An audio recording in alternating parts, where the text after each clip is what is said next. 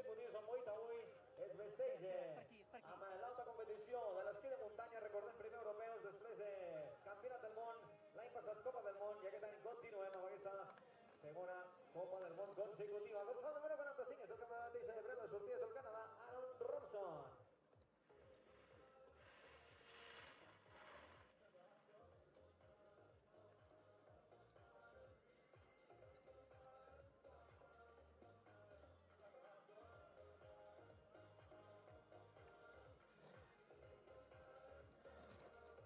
Start of China, Jin Bin-Liu, then Matt Ruta.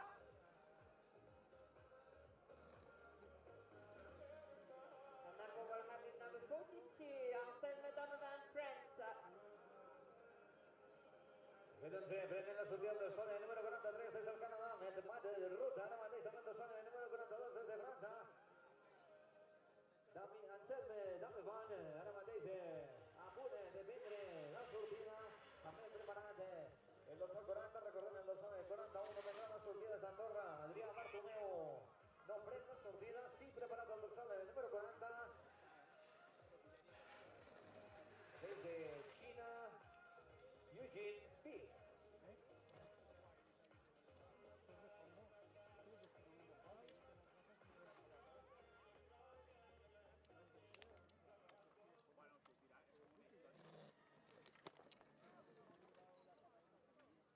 Andrei Fedorov, individual neutral athlete, finishing 14th with number 51. Then other two athletes approaching the finish with number 50 and 49. And on the start we are with number 40, Yukshin B. El millor esquí de muntanya aquí a Trescant. Avui, Copa del Món d'Esquí de muntanya a la seva modalitat d'esprint. Tenim ja el dorsal número 39 des de França, Mael Brun, el cara mateix pren la sortida, també preparat el dorsal número 38 d'Eslovàquia, Make Ficinski, i també preparat el català Marradua, preparat per prendre la sortida també representant d'Espanya. Un més present aquí en categoria sènior.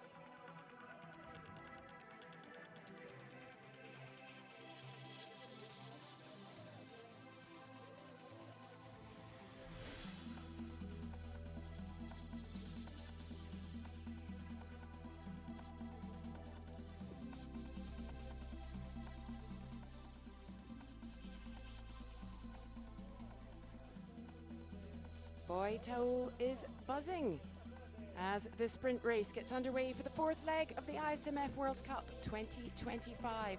This is one of the most intense disciplines, fast, technical and absolutely relentless.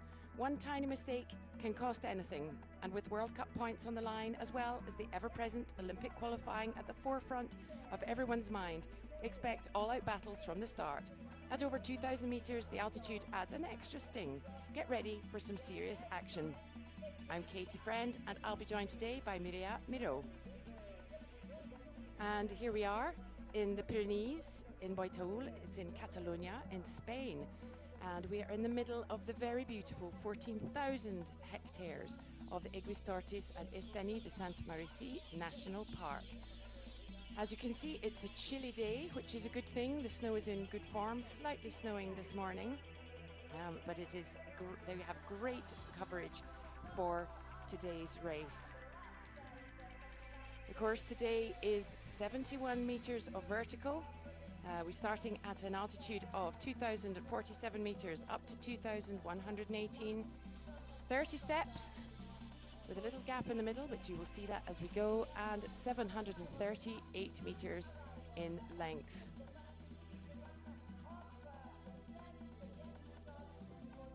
Beautiful drone shots here of the course. And we will be having a fantastic racing day here today. 158 athletes on the start line. And of these, here are the World Cup rankings. And this is the order in which they will compete today. Emily Harrop, currently top of the rankings in the sprint. Marianne Faton, who is the current world champion. Celia Periapesi, Tatiana Paller, Lena Bonnell, Mariana Igotikova, amongst the top athletes there. They have already done their qualifications and are into their heats. But as you can see, there are many, many women on the start line this morning. 65 to be precise, which compared to last year is double almost, which is very exciting. And in the men's competition, Arnaud Lieta still sitting at the top of the tree there with Thibaut Anselme and Oriol Cardona-Coll in third. The Spaniard is compatriot, Ott Ferrer Martinez in fourth, Robin Bussard, John Kissler, Inigo Martinez, Pablo Giner, Jeremy Anselme, and Basile Ducouré making up the top 10 starters today. As I say, they have all completed their qualifications, and we will be, well, the men are just in the throes of their finals, and we will be 100% joining them very soon with, in about 5 or 6 minutes, we will be going to the first of the women's quarterfinals. I have in the studio with me today Mireia Miró, two-time world champion and member of the Spanish team from 2006 to 2018. Good morning, Mireia. Good morning, and good morning at home. I think we have an amazing day ahead with full of exciting moments, and happy to be here with you, Katie. So just a quick run through of what this race is. All athletes face a qualification round on a time trial format. That's every single one, all 65 of the women and 93 of the men today. 30 best make it to 5 heats, 6 athletes in each heat. They complete 2 sets of diamonds where they can choose their route, and a foot part is mandatory, followed by another section on skins. Then it's downhill, and the first 2 athletes from each heat and 2 lucky losers from across all heats will go to the semi-finals. There are 2 of those, and the first 2 athletes on each semi and 2 lucky losers make it to the final. The winner is the fastest athlete around the course.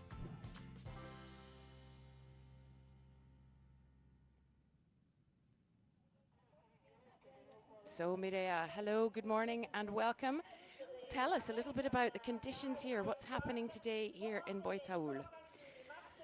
Hello, good morning. So it's been so the Pyrenees have been quite dry during all winter, but this last week we are very lucky because we had some snow falling, and we can see that we have super amazing conditions today. We see some fresh snow here on the top of the start line and finish line, which makes an amazing day It's a bit cold conditions, so athletes will have to manage that, to warm up super well, to be able, when they go from quarterfinals to semifinals, to keep this warm up of the body. But I think that the conditions are amazing, and we will have an incredible day. Great. And this is, of course, not the first time we've had a sprint here in Boi Taull. I think it's the fourth now. The first time was in 2022 at the European Championships. And then the following year for the World Championships, Oriol Cardona Coll won both of those. So he will be hoping to repeat that, I should imagine. A great favourite amongst the Spanish athletes. And then last year we had a World Cup, and it seems to be becoming a bit of a feature on the World Cup circuit, Boi Taull. Yes, we have had Boi Taull for the last years on the circuit, and I think that they are doing a really, really great job. And for sure that for the all Spanish team athletes that we see now in the screen, it's a very important stage because they have the families there cheering, and for sure that Oriol Cardona will try to go for the win, but I'm sure that also Íñigo, Martínez de Albornoz, and Ot Ferrer, that it's now fourth in the ranking, they will go also for some, they will try at least to go for some medals. And here we have on our screens is the women. There's a little bit of a replay of the qualification. So what we can tell you is that Emily Harrop of France had the fastest qualification time in 3 minutes 34.7. She was very, very close, just in front of Caroline Ulrich of Switzerland, 0.3 of a second behind her, with 3 Italians following her, Lisa Morischini, Katia Mascherona and Giulia Murrada, making up the top 5 fastest qualifications for the women. Now we're going to talk shortly about the sort of the lineup today, the athletes that are here, but some really exciting times. That's a super fast time for the women, for anybody. But let's just have a quick look. You can hear Christine Cavigny, the course commentator there, calling Emily Harrop to the line. But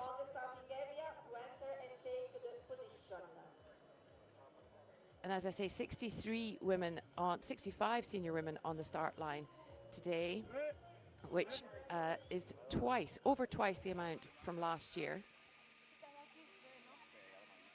which is really exciting. And we were again twice from the European Championships in 2022. I think, Mireia, we can probably agree that with Olympic qualification on the line, it's becoming a much more popular circuit this year.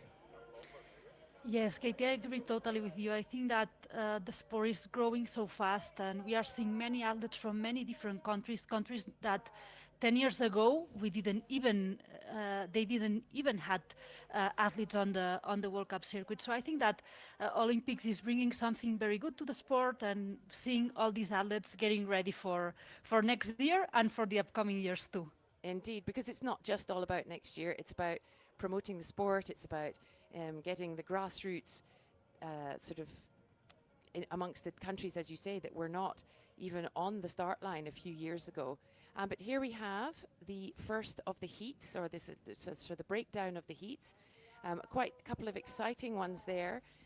Obviously having Emily Harrop and Célia Perea-Pessé in the first heat, should be quite intense, the 2 French women there, who will be, I should imagine, battling it out for Olympic places when that time comes. Here we have our first heat. As we say, on the left there, Margot Ravenel, who is having an incredible start to her season. First senior podium, won all the golds available at the FISU World Games last week in Torino. And then Célia Perea-Pessé, Iwona Janosik of Poland, Maria Ordóñez Cabacho, Margot Ravenel, as I said, and Sophia Wessling of Germany. 12 seconds now to the start. Stop the music.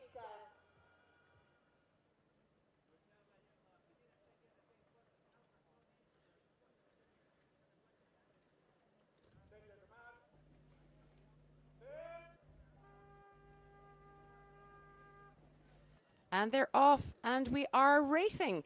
How exciting. It is the first of the heats for the senior women here in Boi Taull in the ISMF World Cup 2025. We are in the Pyrenees in Spain, and looks like that was Ivona Janušik that took a swift start there. There she is in the red and white with the white helmet, but Emily Harrop just ahead of her.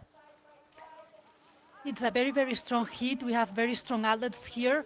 And Ivona that usually starts very strong and has a bit more difficulty on the second part of the sprint. So let's see if she makes it to maintain this pace until the end. And this sprint race is very open and will be very open as there are very, very strong athletes.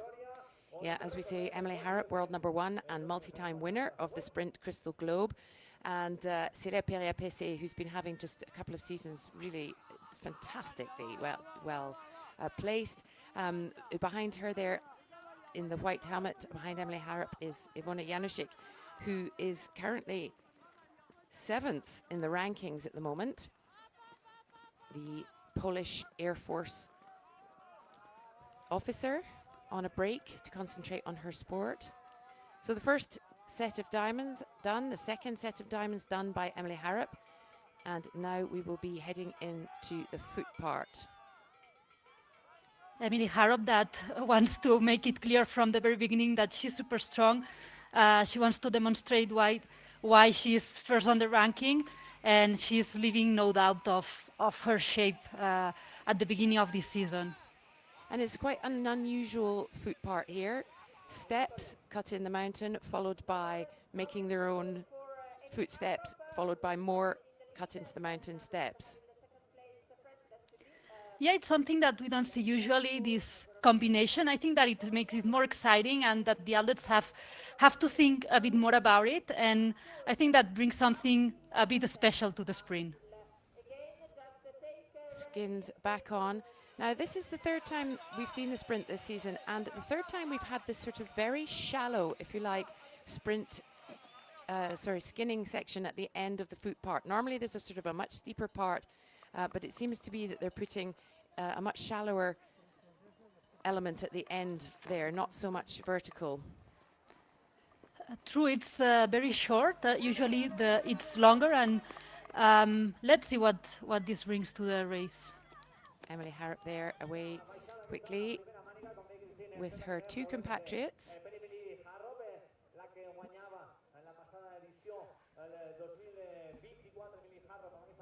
Emily Harrop on her way down here. Oh, there's some great support there from the French supporters.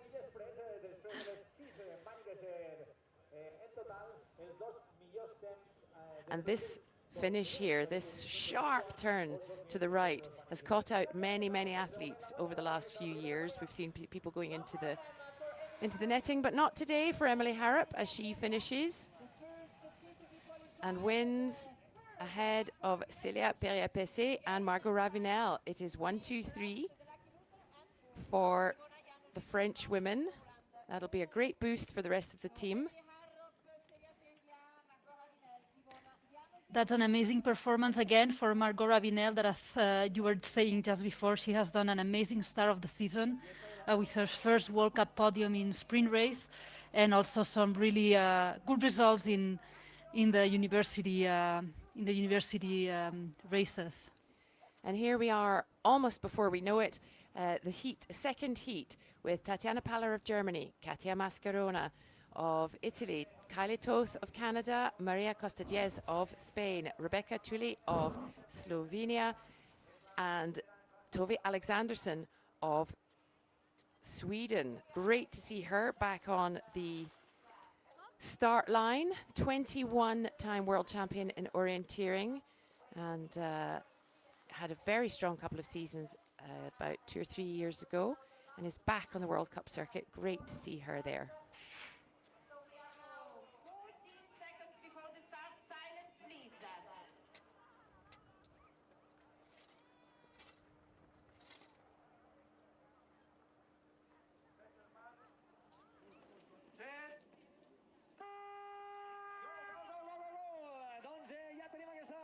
And they're off, second of the heats, and I would like to just explain that Rebecca Tully is from Slovakia. My humble apologies. But they're off the 6 for the next women. Now, Tove Alexanderson hasn't sprinted for a while. There she is at the back, but not to be underestimated, that is for sure. Exactly, that's strange to see Tove on not first on, on a sprint heat because she's very, very strong. But I'm sure that, well, a sprint is a short race, but at the same time, it's a long race. 3 minutes effort, it's still long, and there are transitions, and a lot can happen. So, as you say, we don't have to underestimate Tove because she's an amazing athlete. And we see also Maria that racing at home, she has taken the lead of the sprint.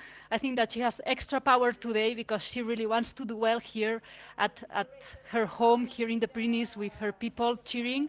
And I'm really happy to see her first leading the race personally. Yeah, fantastic here effort from Maria Costa Diez. And that is Tatiana Paller, who is definitely never to be underestimated in the sprint. Currently sitting 4th in the world, in the sprint rankings, I beg your pardon, and has had a great start to the season with a 5th and a 6th place. So been into the final on both of the sprints this season so far. The former, well, she is a cyclist for the German team. And here we go. We knew this would happen, didn't we, Maria?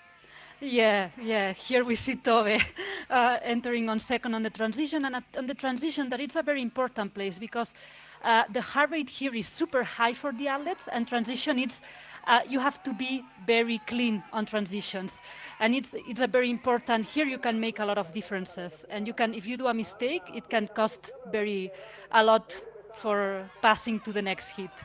And that's exactly what we just saw. And it has not always been her strongest part of the race, Tove Alexanderson, because she's clearly an exceptional athlete. But as you say, the transitions, if you're not absolutely spot on, can cost you a bit of time and a couple of places, as she is now 4th into this transition. And something that this sprint, it's very important is this foot part and these transitions, because there's such a little space between putting skis on and taking skis off, this transition where they are arriving now, that the foot part and transitions are super key. So we just need the first 2 down. You just need to be in the first 2 to qualify, and then for the fastest, 2 fastest 3rd places, or 3rd and 4th, 2 fastest lucky losers. Oh, and look at that. Katia Mascherona just skipped out there in front of Tatiana Paller and Maria Costa Diez. Gosh, that was sneaky, wasn't it? Yeah, totally. I didn't expect that at all. When I saw Katia leave first the transition, I was like, but what has happened here? I didn't expect it at all. Yeah, well, and of course, you very rarely want to be up against the Italians in the ski down. They are renowned for being really fantastic skiers. Not that anybody else isn't, but the Italians are certainly not someone you want to be trying to overtake on a fast course like this. And it is Katia Mascherona just ahead of Tatiana Paller. And Maria Costa Diez is going to have to wait and see if that 3rd place gets her into the final, the semi-finals, I beg your pardon. Tove Alexanderson comes in 4th,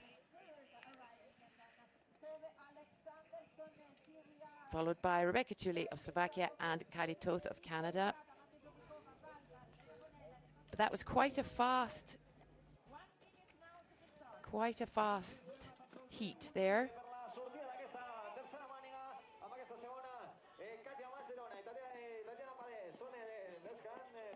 Here we are, heat number 3. Lena Bonnell on the left of your screens there, of France. We also have Julia Murada, Eva Matejovicikova, Alessandra Schmidt of Switzerland, Luna Dupont and Ida Valdal of Norway.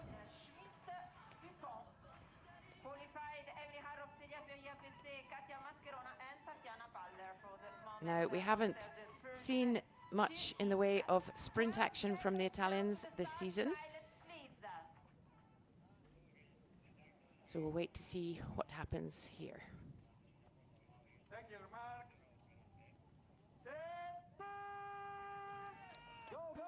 And they're off. Lena Bonnell taking a very fast start there. And in this heat, we have Eva and Ida that are super young. and they are doing, Eva is doing an amazing start of the season in all the sprint races.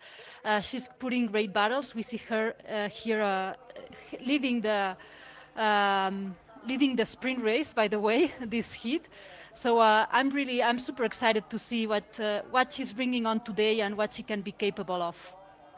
Yeah, that's Eva Matejovicova of the Czech Republic, of Czechia. Oh, look at that. That's very beautiful. I think they did that just to make it look fabulous as they take 3 each side of the first diamond.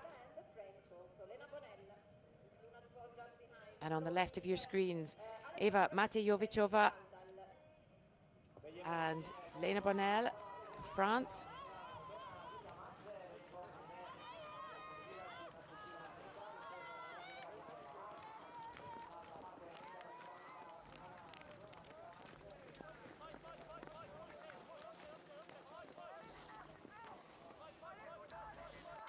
And we see here this diamond part. The snow is a bit hard, so it's very interesting because the sprint has these different parts, these diamond parts where athletes have to make sure and use a good technique, and then how they arrive to the foot part with the transition, with the heart rate super high, and they have to do a clean transition to don't lose time and make a good sprint overall.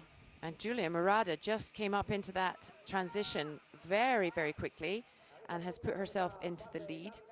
And as you say, this foot part is tough.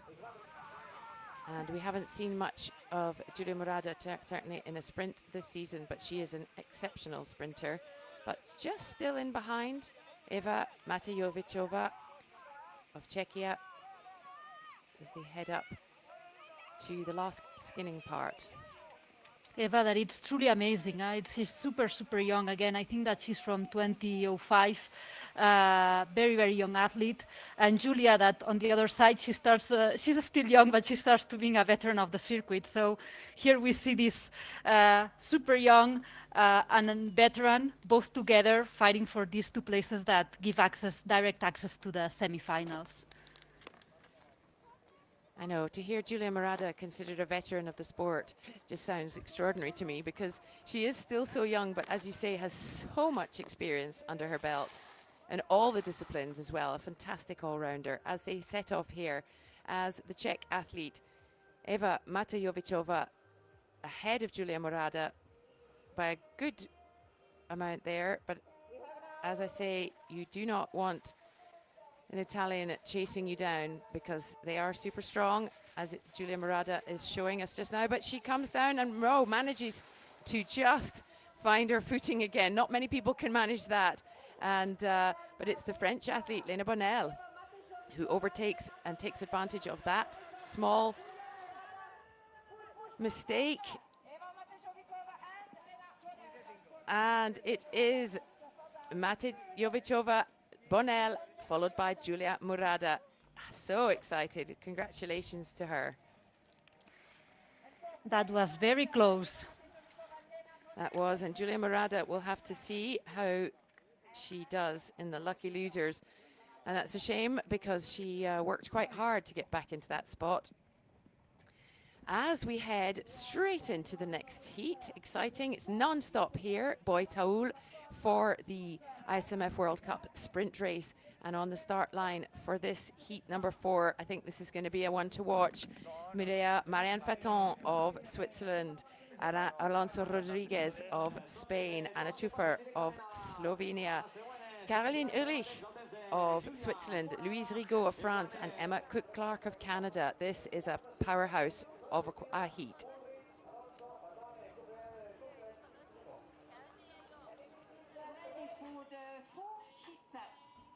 With Ulrich, Alonso, Faton, Tuffer, Cook-Clark, Rigaud, and here we are now 12.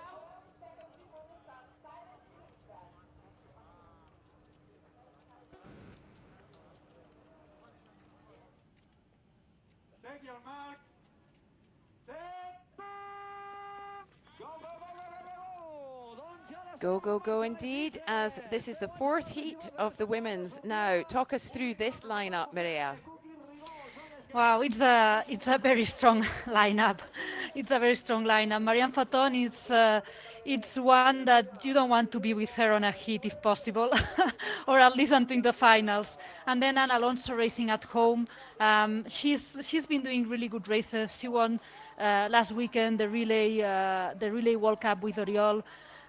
So Anna is also very, very strong. So every time we talk about sprint athletes, I always have the feeling that I say that all are very strong because they are. And it seems like, because Caroline Ulrich, that she's now also leading the sprint, is the one leading the sprint on the left of the screen. She's also super strong. So it seems that every time I talk about someone in a sprint, I say it's very strong, it's very strong. But they are all really are. And this heat, Caroline Ulrich, Marianne Faton, Anna Alonso, uh, they are they are all very strong. So let's see what how are they are gonna do. Here we see Marianne Faton that has done a very strong start, but is losing a bit. Now she went into third, and Caroline Ulrich that it's leading super strong this heat. We will see at the end, because as we have seen until now, the sprint starts in one way, and it doesn't mean that it ends the same way. We have a lot of change of positions, and this is what is exciting with the sprint, that in 3 minutes a lot can happen. Indeed, as Caroline Ulrich comes into transition first, followed by Anna Tschuffer of Slovenia. A little slip there for Emma Cook-Clark, and it is Marianne Faton who is out second behind her compatriot, just showing the power of an excellent transition. Number 13, Ana Alonso Rodriguez. So these are the three that we would probably expect to see at the top of this heat. Exactly, this is what we expect. We know that maybe this is not what happens. Indeed, but they're absolutely all out. Caroline Ulrich's lead is being diminished by the current European champion, former world champion Marianne Faton. And these two last transitions that will be very key. Putting skis on, and we see Caroline and Marianne super fast, Anna having a bit more problem putting the boot on the ski. And now the last transition, also very, very key, taking skins off and trying to get as fast as possible on the downhill. Indeed, Anna Alonso losing quite a bit of time there, but still in third. Anna Tschuffer in behind her, and it is the two Swiss athletes. Marianne Faton taken off just ahead of her compatriot Caroline Ulrich. A lot more experience under her belt, but they only have to be the top two, so hopefully for them, well, they will be hoping that there's not much competition coming down behind them now. Marianne Faton has done an incredible sprint, starting at on the head of the sprint, then losing some positions, and now in the head again. So incredible sprint from Marianne Faton. Yeah, and that just shows the experience, doesn't it? That you know that it's never over. And here we go. Marianne Faton takes the win of this fourth heat here in Boi Taull. Caroline Ulrich, also of Switzerland, in behind her. Ana Alonso Rodriguez of Spain. We'll have to wait and see how she does. But by my calculations, that was a very, very fast heat. That was the fastest so far. And Ana Alonso has a really good chance of being what we call a lucky loser. And an excellent race there from Anna Tschuffer. Wasn't that fantastic, of Slovenia? Right, on to heat number 5. This is the last of them with another pretty punchy lineup. Marta Garcia Fares of Spain, Solong Tujan of China, Johanna Hiemer of Austria, Louise Trinca of France, and the two Italians, Lisa Moreschini and Ilaria Veronesi.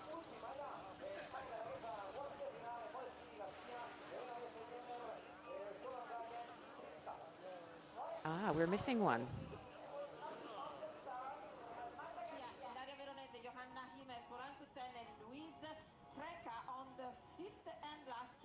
Sounds like Lisa Moreschini not on the start line.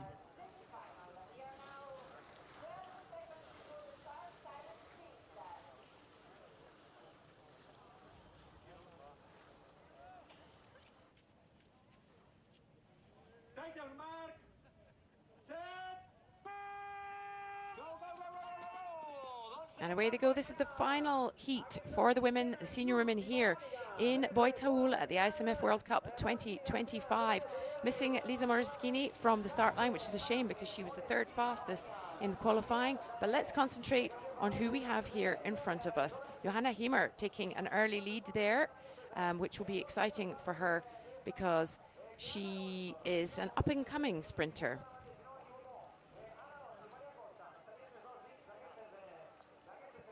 And when I say that, I do not mean that she is a newbie on the circuit in the slightest, but this has not previously been her discipline of choice, shall we say, and she feels like she had her best ever race in Azerbaijan. Even though it wasn't the highest ranking she's ever had, she just felt like it was super smooth. Yeah, Joanna Himmer, that on this season, she has done an amazing improvement on the sprint race. She's been for many years now in the circuit. She's mom of two, and it's incredible because she's not young, but and usually we say that sprint races, like, they are short. Maybe it's more for the youth, but she's demonstrating that this is not true at all. She has come back, and she has come back super strong on a discipline that usually we say that it's more for the youth because they are short. So super happy for Joanna, and in second we saw also Marta Garcia Fares, also mom of one, that came back 2 years ago, I think. And so it's incredible to see these women with kids, with their own lives also, beside the ski mountaineering, living like that on a sprint race, and with the commitment you need to be here on a World Cup, and all the training you need to be here leading on a sprint race. Exactly. I remember talking to Laetitia Roux about this a few years ago, and her saying she has such admiration because she found it difficult enough to manage herself. Well, and I'm sure you can probably say the same when you're competing at such a level, never mind a family as well. But here we are, Johanna Hiemer into transition at the top there first, followed by Marta Garcia Fares. And both Joanna and Marta that are very, very strong in transition. They are both veterans of the circuit, and we see Marta always super clean transitions. They arrive more or less at the same time, and we see Marta that has opened a small gap, not super big, but still a small gap. So let's see how it goes for them now on this second, this taking off skins. I feel like that's been the theme of this particular set of heats for the women here in Boi Taull, Mireia, is that we've seen some really strong performances that have been slightly hampered, shall we say, by not mistakes, but just even, just not such super smooth transitions.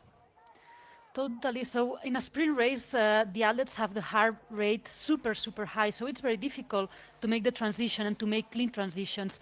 So here we see the veteran athletes that usually they are very used to do that. And we have also at the end of the race, after the foot part, two transitions that are very close, putting skis on and taking skis off. So it's very technical to do this properly, and it can give you great advantage as we have seen in this heat with Marta.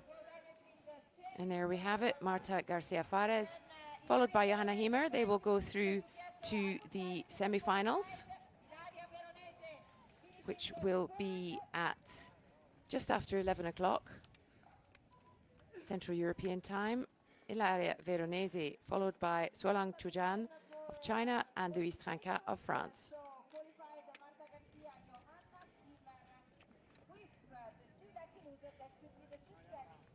So that's us. We've had all the heats. It just never ceases to amaze me how fast this whole section goes by when you think you just started. In fact, we're now finished. 5 heats are done, and we will see very soon who is going to make it into the lucky losers. And as we can see, the snow is coming in thick and fast. The forecast was for it to be reasonably heavy this morning and then be clearing up by 11 o'clock, but it seems to be a little bit the opposite. And what will this mean for the next people racing? So we've got the men's heats coming up very shortly in about 3.5 minutes. What will that mean for the athletes? So I think that as the sprint heats are coming so fast, one after the other, it won't make such difference in terms of having to open track, because they won't have to open track on fresh snow, to say so. But it will be important on taking care of the skins, because sometimes with the snow they don't stick quite well. So it will be very important for that the athletes take good care of the skins.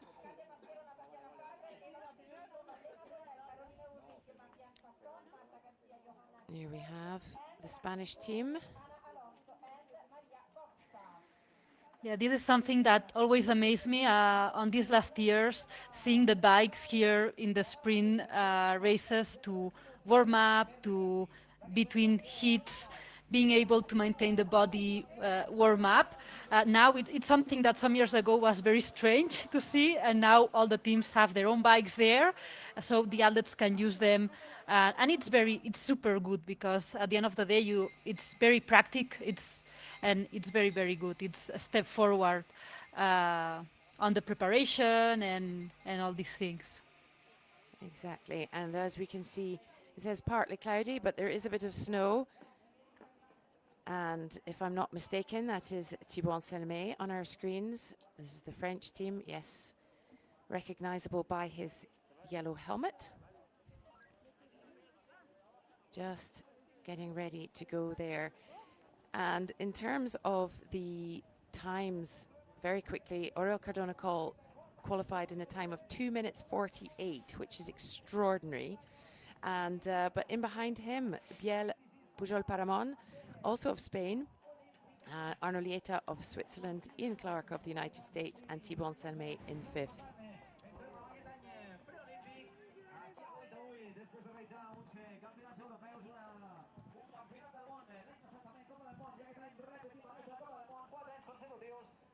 And it's really coming down now, as we see the first of the men's heats.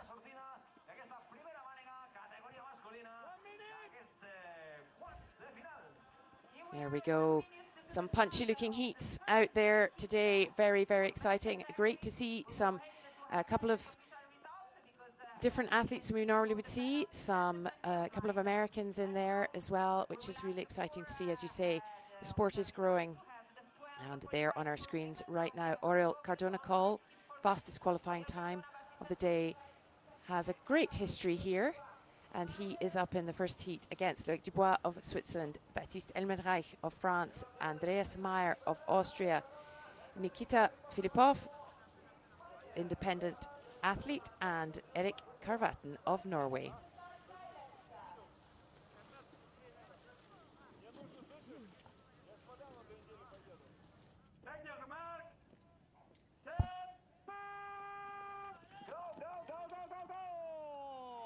And away they go, and the men have started. I can't believe we're quite here yet. I don't know, the snow is really coming down as Loic Dubois of Switzerland tries to go ahead, but Oriol Cardona is not having any of it.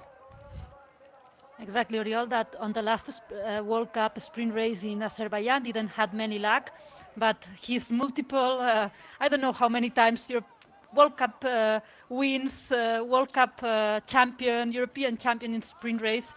So he's one of the clear favorites for today's victory. And I think that after last World Cup in Azerbaijan, he wants to go, that he didn't have a really good weekend. He wants to go for it from the very beginning, and we see him leading from the very start. We don't see him usually do that. He usually goes from less to more and starting the heat a bit behind and moving forward on positions. And today he's leading from the very start. He doesn't want surprises today, I think. And I saw just there that Loic Dubois managed to get himself trapped in the very last part of the diamonds. He caught a ski on the pole there, so that's an unfortunate. There he is, just coming at the back of our screens, as Oriol Cardona leads ahead of, it looks like, Nikita Filipov.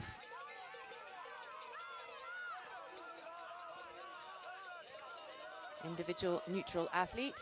It's giving Oriol Cardona a run for his money here.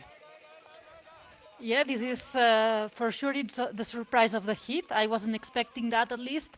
So super good. This is what we like sprints. Exactly. Always something exciting happening. Baptiste Elmenreich of France in the red helmet behind him. Also a very experienced young athlete, but experienced nonetheless. As Oriol Cardona-Cole, looking very casual, takes off ahead of Nikita Filipov. Oriol that always make it look easy. You look at him and he always looks easy, even if he's doing an amazing time. I suppose that's the secret. Here he is, the boy from Banyoles. Not so much a boy anymore. The young man with a lot of experience. He had a European Championship win here and a World Cup win here, 22 and 23 respectively, and is back taking first place in the first heat for the senior men here in Boi Taull at the ISMF World Cup, followed by individual neutral athlete Nikita Filipov. Baptiste Elmenreich, Andreas Meyer in fourth.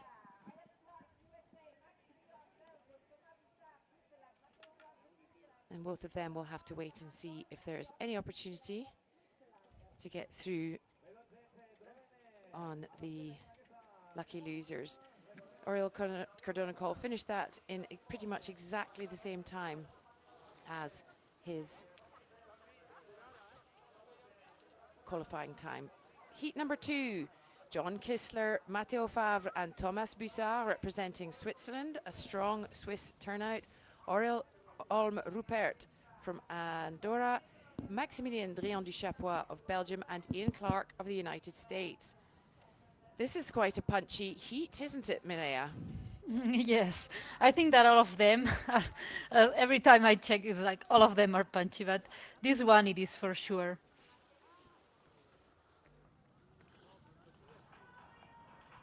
John Kissler that is doing an amazing season. Matteo Fabre also. Thomas Bussard, what to say also. So let's see. Concentration on the face of the races, ready to take the start on this second heat and try to do their best to get Max Drian will be hoping for a good result today. He has not had his best start to the season and finds himself in a heat with some pretty fiery competitors.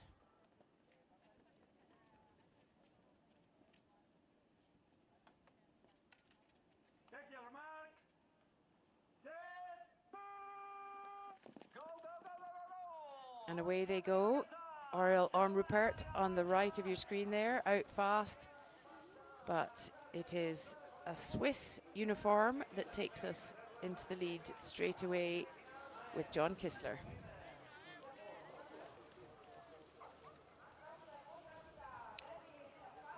Really strong start from Ian Clark from the US also.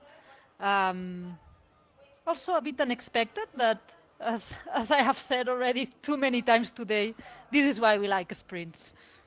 It has been a day of really cool, exciting surprises, I have to say, and it's really great to see with this huge, influx of new athletes, and not so new, some that have been in the season on the circuit for a while, but a lot of the Americans, Australians, and so on are spending so much more time in Europe with the Olympic qualifying year up. But 93 men on the start line for the qualifying this morning, so really fantastic. We've got Ian Clark of the United States leading this race ahead of 3 of the strongest Swiss athletes and Maximilien Drian. So a fantastic start for him.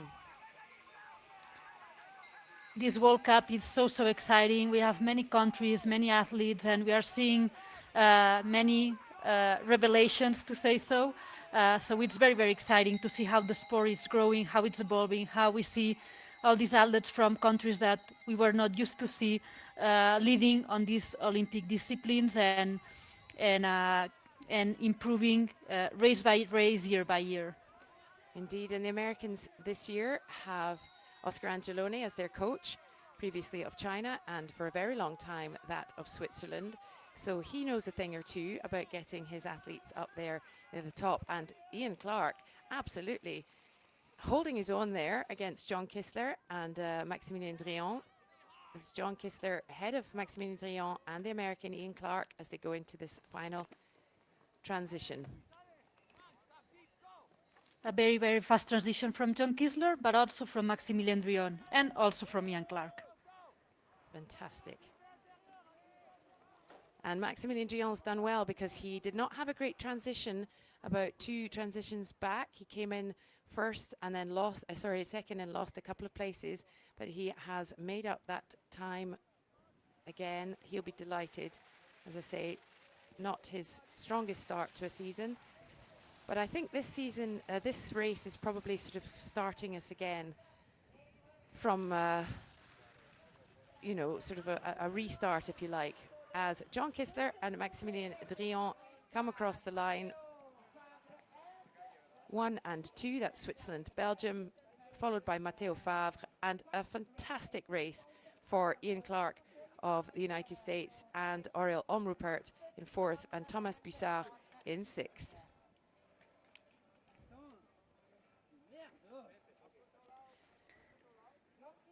So there we have it. The first of the men's heats is done. And already lining up for heat number 2. Oh, well, you were right. We're always going to say this. Another punchy one.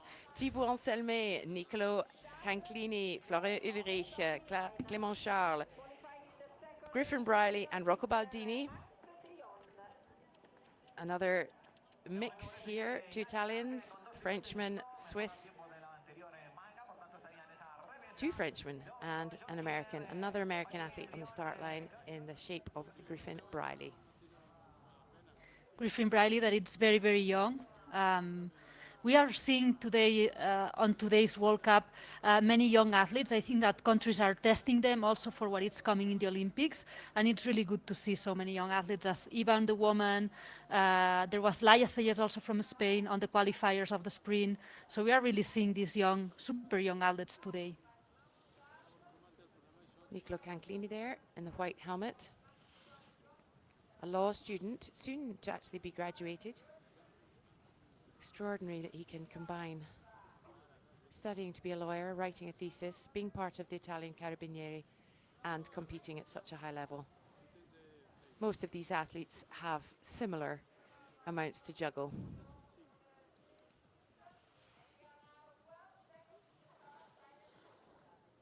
Thibaut Anselmet there in the yellow helmet, just giving his hands a bit of a warm-up.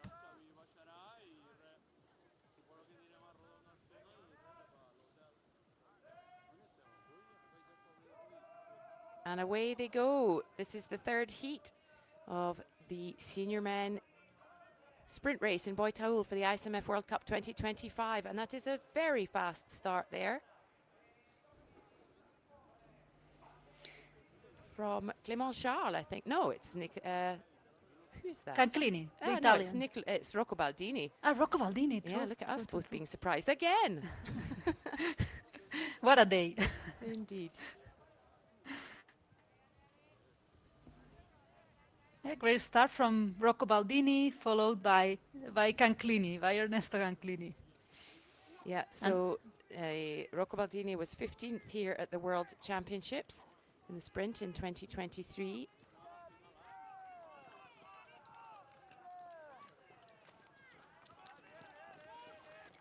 And an incredible Thibaut Anselmet. I'm always super amazed but Thibaut. He's the French athlete. It's the one on the left with the yellow helmet, because he's super strong on all the disciplines in ski mountaineering. I'm always amazed. I think it's very difficult to be strong on one discipline, but being able to perform as Thibaut does in every discipline, it's amazing. It certainly is. And as it won't be the first time or the last time we say it, but he always seems to start quite far behind and then just sort of warms up in the first minute. And it's almost half of the race before he's sort of a threat. Totally. He usually starts to be on the race by the foot part, and he usually starts quite behind. It's incredible the how like the inner management you have to be able to have to do that, because it's not easy to start from behind and in such a short race and technical race to be able to move forward and arrive to the last change, to the last transition second as he did now. Indeed, so it was Nicolo Canclini ahead of, oh, he's had a little bit of a slip there and let Thibaut Anselme out in front of him, but it only has to be the top two. Rocco Baldini slipped back there with the previous transition. And for the moment it is France, Italy, Italy, as they head down in this third heat.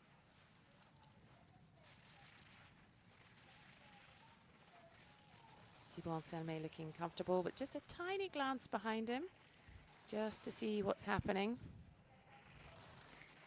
It's not as always easy to manage two Italians behind.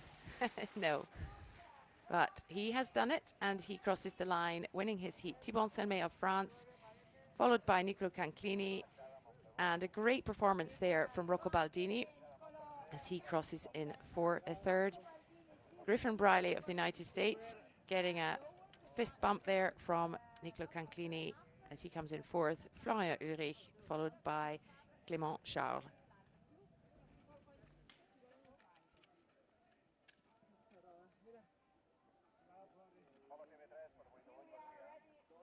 So Thibaut Anselme and Nicolo Canclini definitely through to the semi-finals.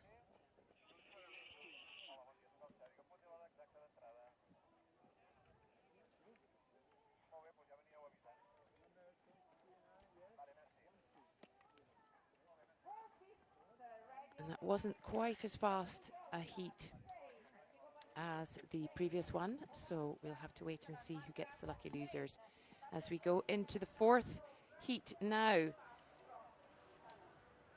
We have Robin Bussard of Switzerland, Inigo Martinez del Bornos Marquez, Pablo Giner Dalmaso, Biel Pujol Paramon, Giovanni Rossi, Marc Radio Ivern. A Spanish heavy heat here, Mireia, very exciting, and a great performance from the young Biel Pujol Paramon, second fastest in qualifying today.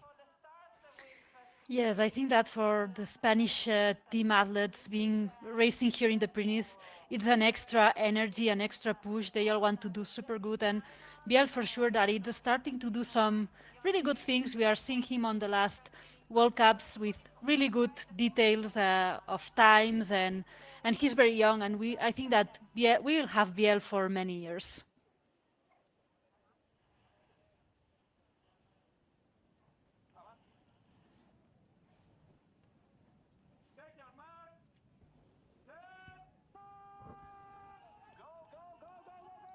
And they're off already onto the fourth of the men's heats. Boi Taull, and that's where we are in the Pyrenees in Spain. As you said, Mireia, great. A bit of an extra addition to the Spanish athletes to be on home turf, and also because they haven't had to travel for 2 whole weeks because they were in Andorra last week. So that is a great joy, because the Spanish athletes always have to seem to travel to the other side of Europe. Anyway, a Spanish trio in this heat. Exactly, and we see Biel that with a very strong start, he's leading now this heat.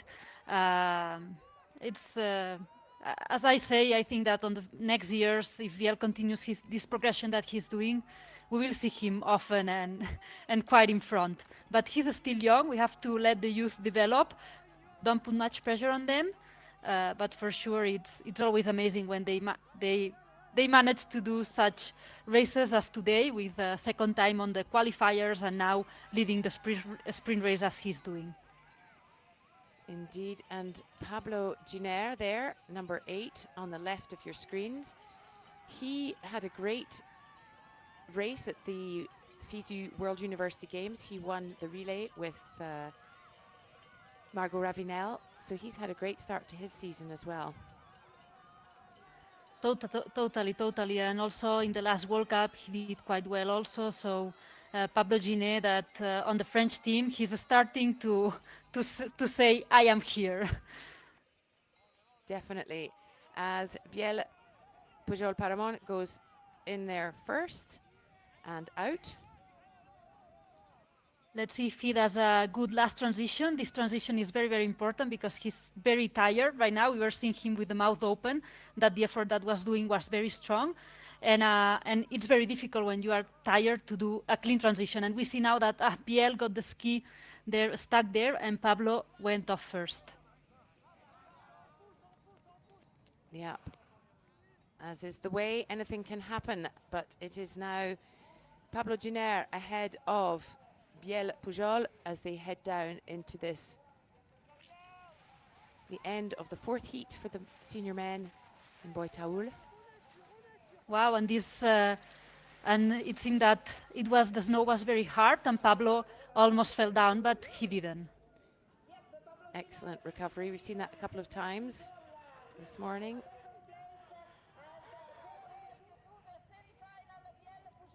And it is Pablo Giner ahead of Biel Pujol and Inigo Martinez, followed by Robin Bussard. What a fast time of this heat. If I'm not wrong, maybe this is the fastest men heat time qualifier, quarterfinal, sorry.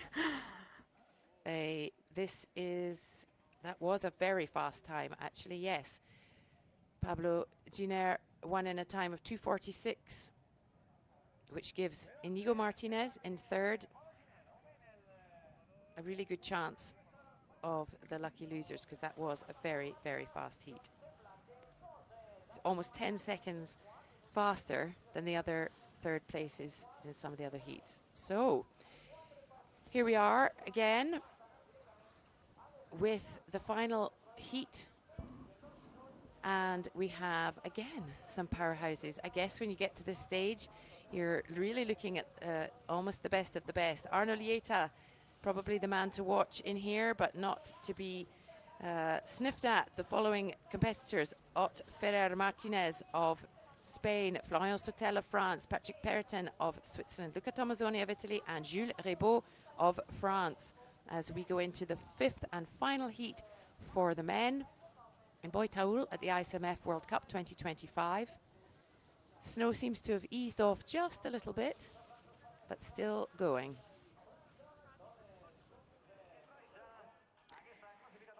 And Ott Ferrer, that on the last Spring World Cup, he did his first podium with a third place. I think that today at home soil, I think that he really wants to do really good today also. Indeed, a great start to the season for this young man.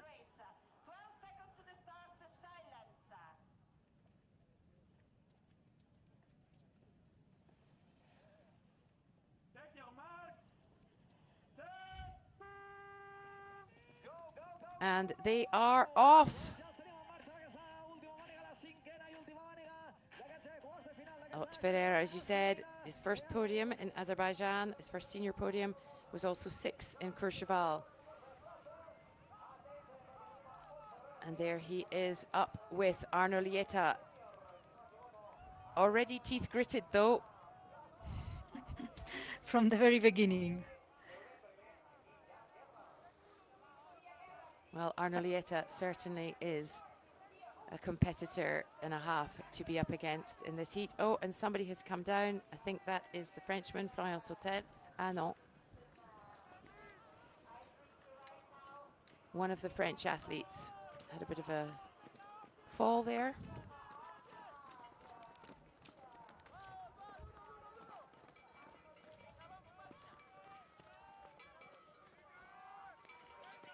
And for Ott, there are good things of racing at home. That is that you've got all the people cheering and this extra energy, but but you also have to manage pressure, this extra pressure that you put to yourself. So I hope that he can manage it and that he can do a beautiful sprint here, because he really deserves it. He has started the season super strong with the 6th place in Courchevel, with the 3rd place in Azerbaijan, and I think that for him it's super important being able to do a good performance here.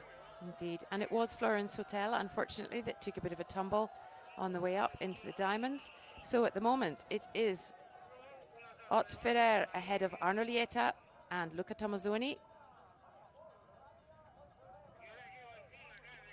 I think it will be very tight until the end because they are all very together. Ott, Arno, and Luca Tomazoni, the three of them are very, very close. So now this last transition will be, again, crucial, very important to do a clean transition, to get off fast, to get off first if possible for Ott, but as fast as possible to try to secure this first or second place. And let's not forget, this is Luca Tomazoni's first sprint race of the season. So a fantastic performance for him so far this morning.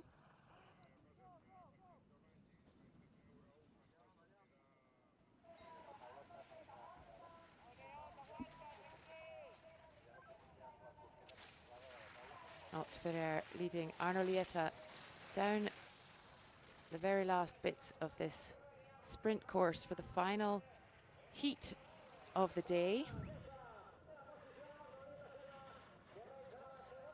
And he will be delighted with this, Ott Ferrer. Ott Ferrer ahead of Arno Lieta. That'll be something he'll be happy to have said in years to come. Patrick Perton of Switzerland popped in there in third. We didn't see how that happened, but he managed to get himself ahead of Luca Tomazoni after that last transition. Ott Ferrer, he's very brave when he races. As we can see now, he was with Arno Lieta, world sprint champion, and he didn't back. He just went, and he didn't care who he had who was there. He just went and he wanted to pass first, and he didn't care if it was Arno Lieta or anybody else. And he's very, very brave. Ott, I like a lot of him, that he's very brave when he races. He doesn't shy, he just goes. Well, there we go. We have had all the heats, and we will be heading to the semi-finals in about 10 to 12 minutes. But Mireia, gosh, what a start to this racing we've had here today in Boi Taull. We've seen some transition errors costing people places. We've seen a couple of slips on that ski down, a little bit falling out and managing to recover, and some really exciting performances from athletes that we might not normally have otherwise have seen. Oh, just very quickly before we go to that, Margot Ravenel and Ana Alonso Rodriguez make it into the semi-finals as the two lucky losers for the women. So that is brilliant news for them. Another fantastic race for Margot Ravenel of France. So yes, what do you think so far? Oh, I'm going to interrupt you again. We were right. That very fast fourth heat has given both Inigo Martinez and Robin Bussard a place in the semi-finals as the fastest lucky losers.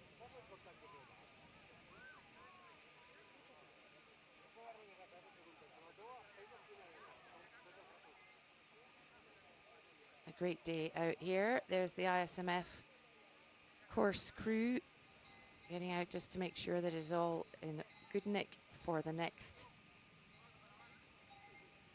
section of the day, which will be the women's semi-finals just after 11 o'clock.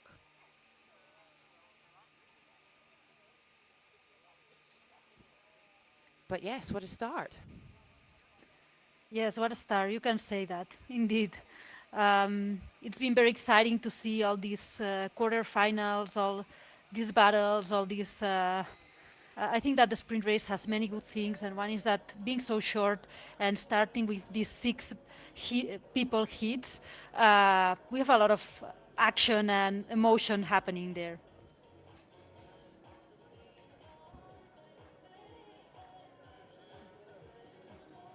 Indeed, and the music is up, and all those going through to the semi-finals will be on bikes, as you said earlier. For you, quite an unusual thing to see. It wasn't around in your day. Back in the day, it was a quick run around the block, wasn't it? Around the tents, keep yourself warm.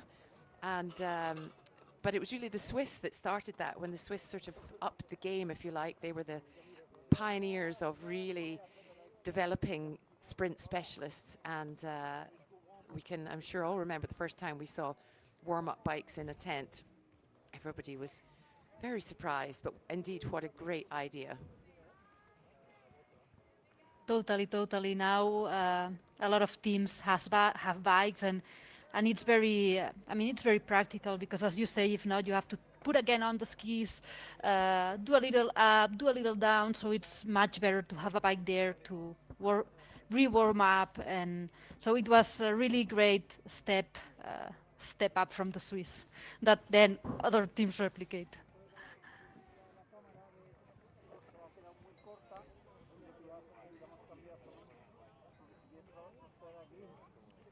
Te puedes sentar y todo, mira. Aquí no molesta, ¿no? Carlos. So, So what? all the Go. sorry, Katie, go No, ahead. you go, please. I was gonna say what we were seeing, that all transitions area has two blue lines, that the athletes have to do the transition between these two blue lines. So what we were seeing was the organizers, the track organizers, making sure that the lines were properly. We see them properly after all the quarterfinals and all the athletes that went through with the qualifiers and quarterfinals. And I was going to ask, what else is going on in the mind of those ready for the quarterfinals? Because it is quite a big gap between racing. It's a good sort of 40 minutes.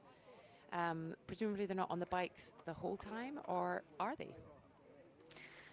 No, 40 minutes is quite a long time. I think so. Usually they do a bit of bike just after, just when they finish. Then they take some time off that they try to be on a warm place, and then because we have to remember that we are, I don't know exactly, but I think 0 degrees or even a bit less, maybe minus 1, 2, 3. So it's quite cold. So they try to stay somewhere warm until it's time to warm up again for the next heat, and they do this on the bike. Indeed. So let's have a quick think about who we've seen this morning, who's heading into the semis. We will talk about it again, but just some of the highlights for you this morning, Mireia, from the women. Wow, some highlights. I really like to see Eva race from Slovakia, if I'm not wrong. She's very young. I think she's 19, 20 years old, and she's been first of her heat. So for me, this is amazing to see how she battles herself between all these veterans of the sprint and super strong women in the sprint. I like always a youth with such passion and such courage and such bravery. Indeed, and I would say I think I really enjoyed seeing in the men's. I enjoyed seeing Ian Clark from the United States putting in such a great performance there as well. And Biel Pujol, I think Pujol was one of my others as well.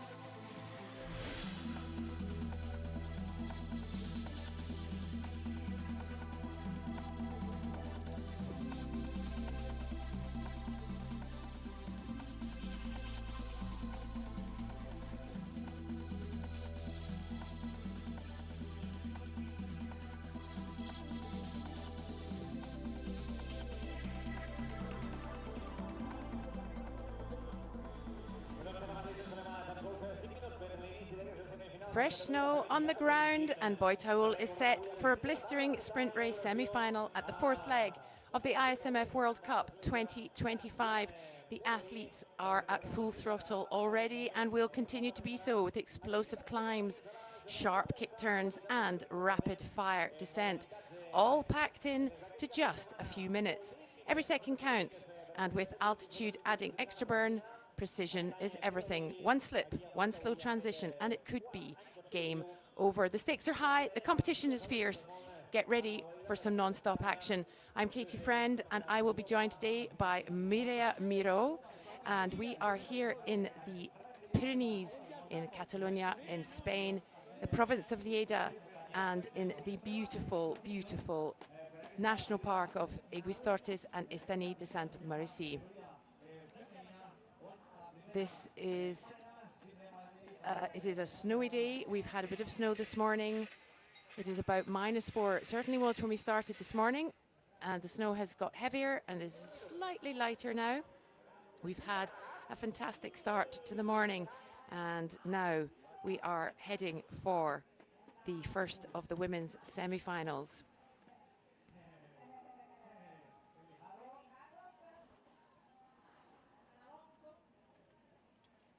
And it is the sprint race. There we just saw Emily Harrop, probably the favourite for the women's race, warming up.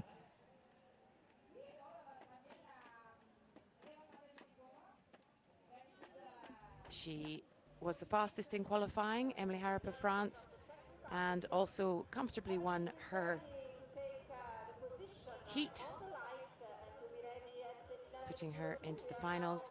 Some really exciting racing this morning in the heats, with some surprising and exciting results from some of the young athletes, from some of the athletes we may expect to see, some athletes we may not normally expect to see near the top there.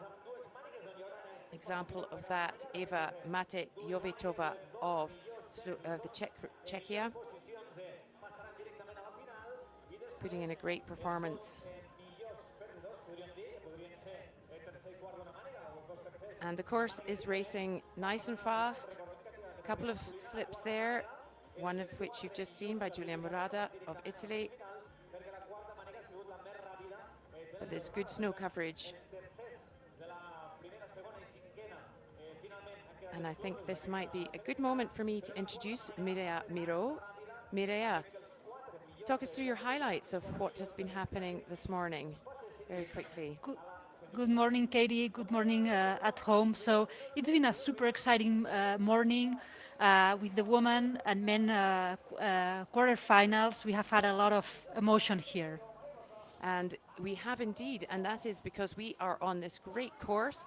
It's the fourth time we've been in Boi Taull, and the course is 71 meters of vertical. We're starting at over 2,000 meters, which adds a bit of a sting, 30 steps, and about 738 meters in length. Just a little explanation if you are not familiar with the sprint, but all athletes face a qualifying round on a time trial format.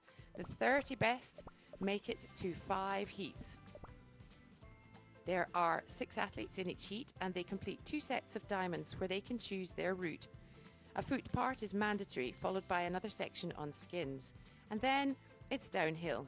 The first 2 athletes from the heats make it through with 2 lucky losers, and there are 2 semi-finals. The first 2 athletes on each semi and 2 lucky losers make it to the final, and the fastest is the winner. It's as simple as that. Stick with us. Mireia and I are going to talk you right through this, and we are just about set to go. Coming to the start line now, getting her choice of place, is Emily Harrop of France, Katia Mascherona of Italy,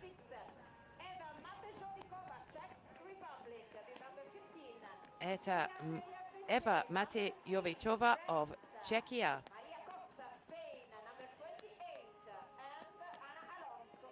Maria Costa Diaz, Ana Alonso, and Celia Perea Pese. First of the semi-finals. And Mireia, an exciting start there for sure for the young Eva Matejovicova. Exciting and very promising. She qualified first of the quarterfinal, so let's see what she has in store here for the semifinals. I really want to see this semifinal.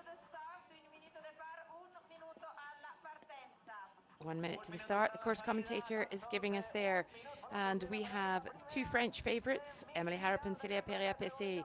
Of course, Ana Alonso and Maria Costa-Diez racing on home turf, so the pressure is on, but also the extra power of the home crowd is behind them.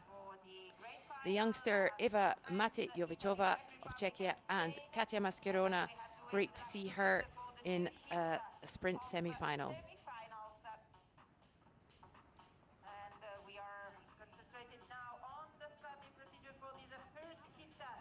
Two semi-finals, as you can imagine. One now and one immediately after this one has finished.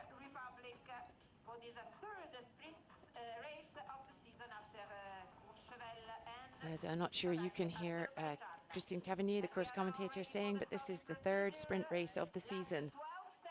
We had Courchevel followed by Azerbaijan.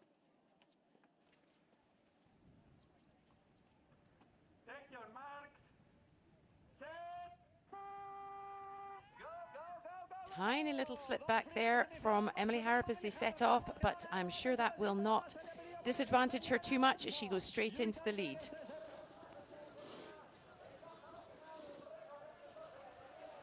Emily Harrop that has done an amazing quarterfinal ahead of her heat from the start to the end. And let's see if it seems that she wants to use the same strategy here on the semi-final. Let's see if she's capable of, because she has Maria, Costa, Celia, Eva very close to her, and I'm sure they'll all put a great battle. Indeed, Emily Harrop probably the favourite every time she steps onto the start line, which carries its own pressures, of course, as she heads up there. And let's not forget, this is, of course, the very first time that ski mountaineering is in an Olympic qualifying year. So all of these races really count for something, more so perhaps than they ever have before, as Emily Harrop with Célia Perea-Pessé doing a fantastic job through that first set of diamonds there, Mireia. Yes, totally. Celia, I like a lot the kind of athlete she is. She's always there, you know, she's always there. Where Celia, on a hit that there's Celia, you know that she will be there fighting for these two places that give access to the next round, to the finals in this case. So we see Emily in first, making a big gap. Celia trying to not let her go too much in second, and Eva in third. So everything, all of them, even if we see a bit of distance, they are all very, very close, and any little mistake can be fatal to go to the next round. Indeed, and Célia Perea-Pessé has a very similar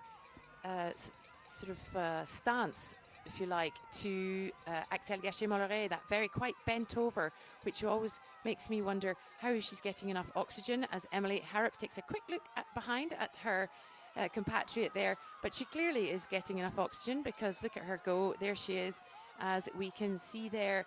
Ana Alonso just using her experience to get past, or certainly draw level with Eva Matejovicova.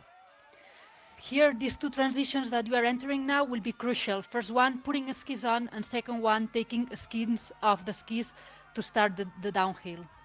And the gap has widened here a little bit between the two French athletes.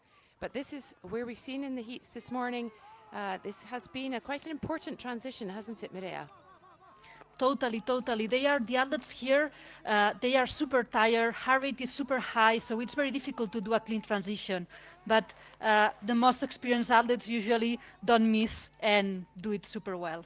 Yeah, and what we've said, we've noticed, and what we will probably see again in the semi-finals and the finals, is that very quick, from the top of the foot part, skis back on, to the very short end of the very short skinning section, to skins off and skiing down, is all happening very, very quickly together. But Emily Harrop seems to have managed that with aplomb and has put a good gap between herself and Célia Perea-Pessé. Again, let's remind ourselves that it is the first two that will go through. And again, we will be on to lucky losers for the fastest third place. as Emily Harrop takes the win in the semi-finals. Celia Perez in behind her, but a good 4 seconds and another second and a half or so behind her, Ana Alonso of Spain.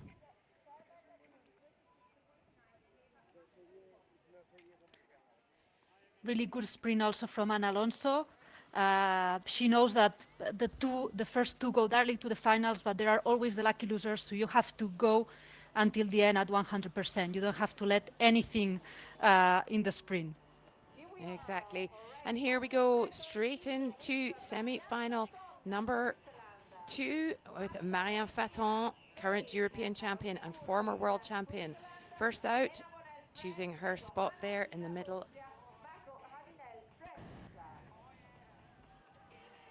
There we have Marta Garcia Fares of Spain, super strong sprint athlete. To her left, Caroline Ulrich of Switzerland. That is Lena Bonnell of France. Jana Himmer of Austria. The Austrians always look so smiley. Very nice to see. And the young woman of the moment, perhaps, having a fantastic start to her season, Margot Ravinal of France, on her first World Cup senior podium back in Courchevel, and won all the gold medals available at the FISU World Games in its first appearance there 2 weeks ago in Sestriere. These really are the best of the best, isn't it, Maria? Totally. To be able to arrive to a sprint semi-final, you have to have a lot of training and you have to be really strong.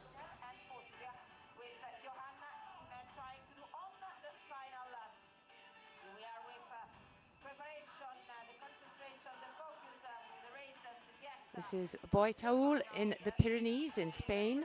It's the second week in a row that the World Cup, the ISMF World Cup, has been in the Pyrenees, which I think is an excellent decision, really. I had Andorra followed by Boi Taull. It means that those who can could stay for an extra week and not have to back and forwards. Here we go.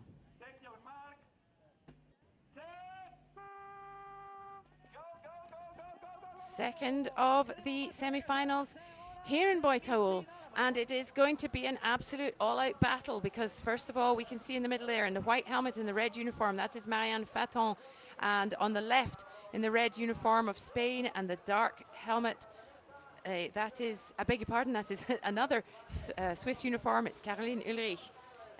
Seems to be neck and neck, but there is also Lena Bonnell of France, number 5.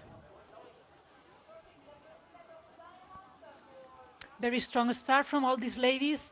Marianne Faton taking the lead from the start with the white helmet, red suit. Also Caroline Ulrich, both of them are very, very strong. Marianne Faton was world champion sprint. Caroline Ulrich also in the youth category. So they are two strong contenders here. But let's not forget Lena Bonnell, Margot Ravinet, Marta Garcia or Joanna Himmer, because all of them, if you ask me now, all of them have chances to pass to the final. So I think that, again, as we say in each round, a sprint will be very open until the finish line. And this is the beauty of a sprint, that you never know. Exactly, and that was Caroline Ulrich. She had a break in the middle of the World Cups we've had so far. She had some exams to sit. Extraordinary amount of dedication and discipline needed there to compete at such a high level and also be doing university exams, but there she is. She has got a good lead there. Marta Garcia Fares just putting in a little bit of a sprint or a little bit of a jog on, because Marianne Faton is right beside her, and it's absolutely so close towards the back there. You couldn't tell the difference between them, but Caroline Ulrich is having a great race. Yes, the incredible race from Caroline Ulrich from the very beginning. The gap is still close between them. She has opened a bit gap, but in a sprint race, this is almost nothing. It's 2 seconds or something like that, that with a bad transition can be lost very fast. So super strong race from Caroline Ulrich. Now she has to maintain it until the finish line. And here comes Margot Ravinel in the red helmet and the French uniform of blue, red, white and blue. Right up there behind Marianne Faton, who has so much experience. Johanna Hiemer having a bit of difficulty finding space there because they're also close together in transition as Marianne Faton and Margot Ravinel and Marta Garcia Fares really trying to reel in Caroline Ulrich.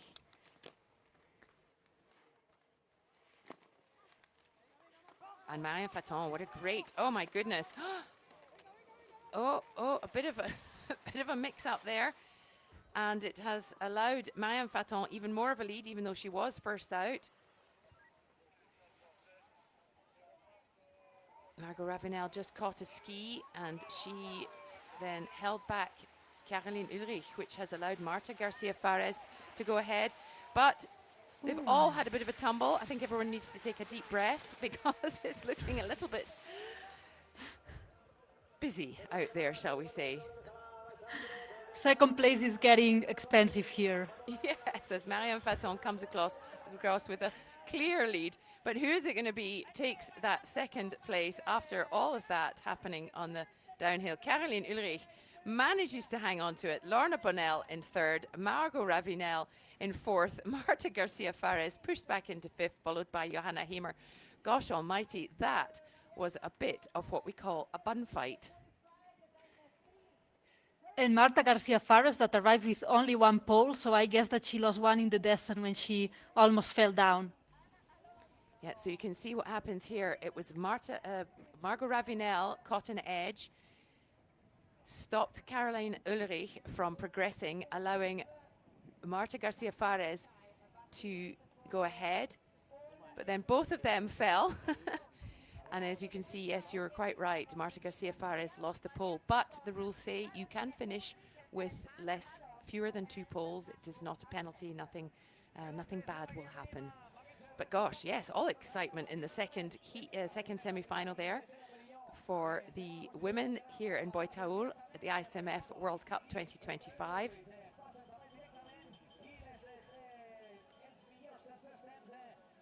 Great excitement going on there, and that was Oriol Cardona-Coll of Spain getting himself ready as French coach there looks on.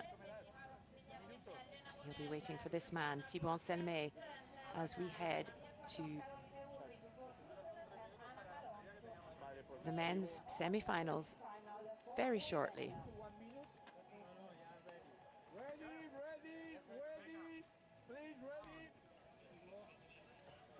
Here we go.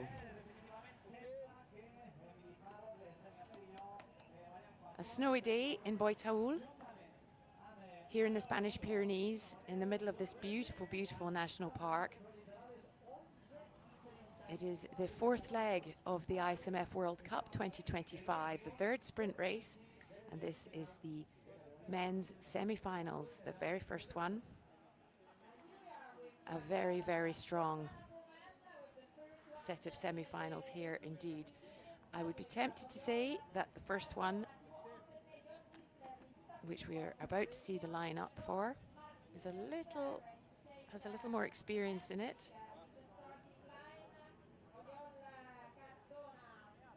Maybe a little bit more with Oriol, Cardona, Thibaut Anselme, Maximilien Rion, Inigo Martinez. They are all, and John Kisler, even if he's young, he starts to have quite a lot of experience. But yeah, there's a little bit more experience on this one. And we have indeed with us on this final, the semi-final, we've been talking about athletes we don't particularly normally see at this stage of the race. We've got Nikita Filipov, an individual neutral athlete, but out comes the local favorite, Oriol Cardona-Coll, who has been crowned European champion here and world champion in consecutive years in this very venue. Next to him on the left in the yellow helmet, Thibaut Anselme. And as we can see also, John Kisler, Inigo Martinez d'Albornoz Marquez, Maximilien Drian du Chapois, and Nikito Filipov. Max Drian has not had the start to his season, perhaps that he would have liked. So we'll be absolutely delighted to be in this semi-final. He's had only a 36th and a 29th in the sprint this year, and he is an exceptionally strong athlete. Young John Kissler there of Switzerland. Oriol Cardona-Coll, current world and European champion. Thibaut Selmet, ranked number 2 in the sprint ranking, multi-time overall winner of the World Cup, and Max Drian du Chapois from Belgium.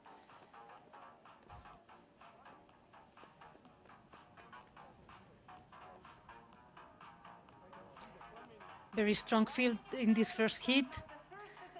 And let's see if Oriol has still this luck here on this circuit and goes to the final as first or second. Well, I mean, we could say luck, Mireia, or we could say skill. Exactly. I was saying luck, and I was thinking maybe it's not luck, you know, but it's kind of a... Yeah, but as we've seen, and as we always see in this race, quite honestly, sometimes in these transitions, it's the bad luck of your competitors that that leads to you doing perhaps better than, or a little bit better. But anyway, we wish all of these 6 athletes in the first semi-final the very best of luck and skill. Take your marks. Set. Go, go, go, go, go, go. Away they go. And it's interesting to see, because Thibaut Selmet, we've said, starts quite near the back, but actually it's because I'm not sure he has a particularly explosive, compared to the rest, start as the others. Exactly. I don't think that Thibaut starts in the back because he chooses to. I think that for him, the best way to manage the overall sprint is to start at this pace. And then he knows that his best chance to do a good result is starting a race from less to more. And this is his strategy. He knows that this way is the best way that he can do a good result. And this is the way he manages it. On the other side, you have Oriol that is starting super strong, both in the quarterfinals and also the qualifiers. He's doing very strong rounds from the beginning, trying to be ahead and trying to lead the race from the start. And so there he is doing just that, followed by Nikita Filipov and Max Drian. Thibaut Selmet actually currently sitting last, but as we've just said, never expect that to be where he finishes. John Kissler coming up there strong in 4th. Young Swiss athlete.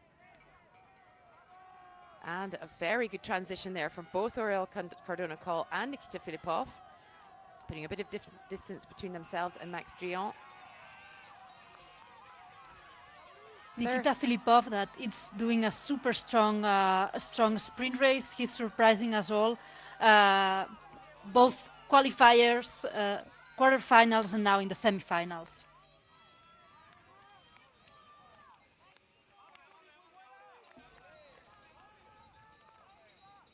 And they're off for this very last little short, shallow bit of skinning. There's almost no vertical at all, if any. Oriol Cardona comes in there.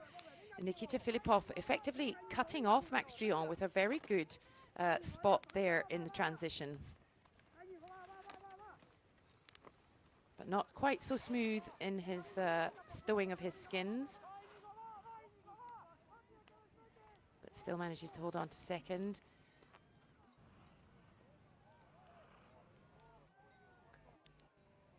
As I feel like that might be Inigo Martinez who's gone into, who's battering his way down. Difficult to tell from this angle, but I think that might have been, it might have been John Kissler, my apologies. Let's wait and see, but I feel like there was a bit of overtaking done there.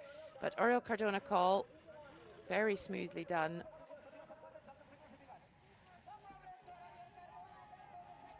And is that John Kissler?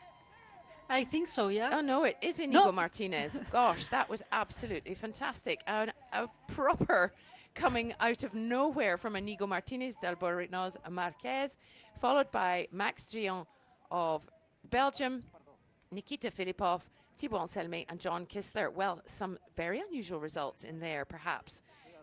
Inigo coming through, not an unusual result, but he came from nowhere, and Thibaut Selmet only in 5th. Totally, totally. Inigo that did, I mean, he's a very strong athlete, both in the uphill but in the downhill. He's very dangerous, Inigo, on the downhill, because you know that if you have him around, he's very, very strong, and he just demonstrated that. He did an incredible last downhill. I think that he passed two athletes there, and as you say, it's not strange because he's very strong and we are used to see him in the finals, but the way he managed the sprint was really great. Very, very impressive. And this is Heat 2. This is the ISMF World Cup 2025. We are in our fourth leg here in Boi Taull in Spain. On your screens now, Pablo Giner Dalmaso of France, Ott Ferrer Martinez, who has started his season with an absolute bang, looking like he has a bit of a knee brace on there, but doesn't seem to have stopped him so far. His compatriot, Biel Pujol Paramon. We also have there to the left of your screens, Niccolò Canclini of Italy. Very strong athlete. In the sprint especially. Just finishing his thesis in law. And up there with them, Arnaud Lieta and Robin Bussard, representing Switzerland.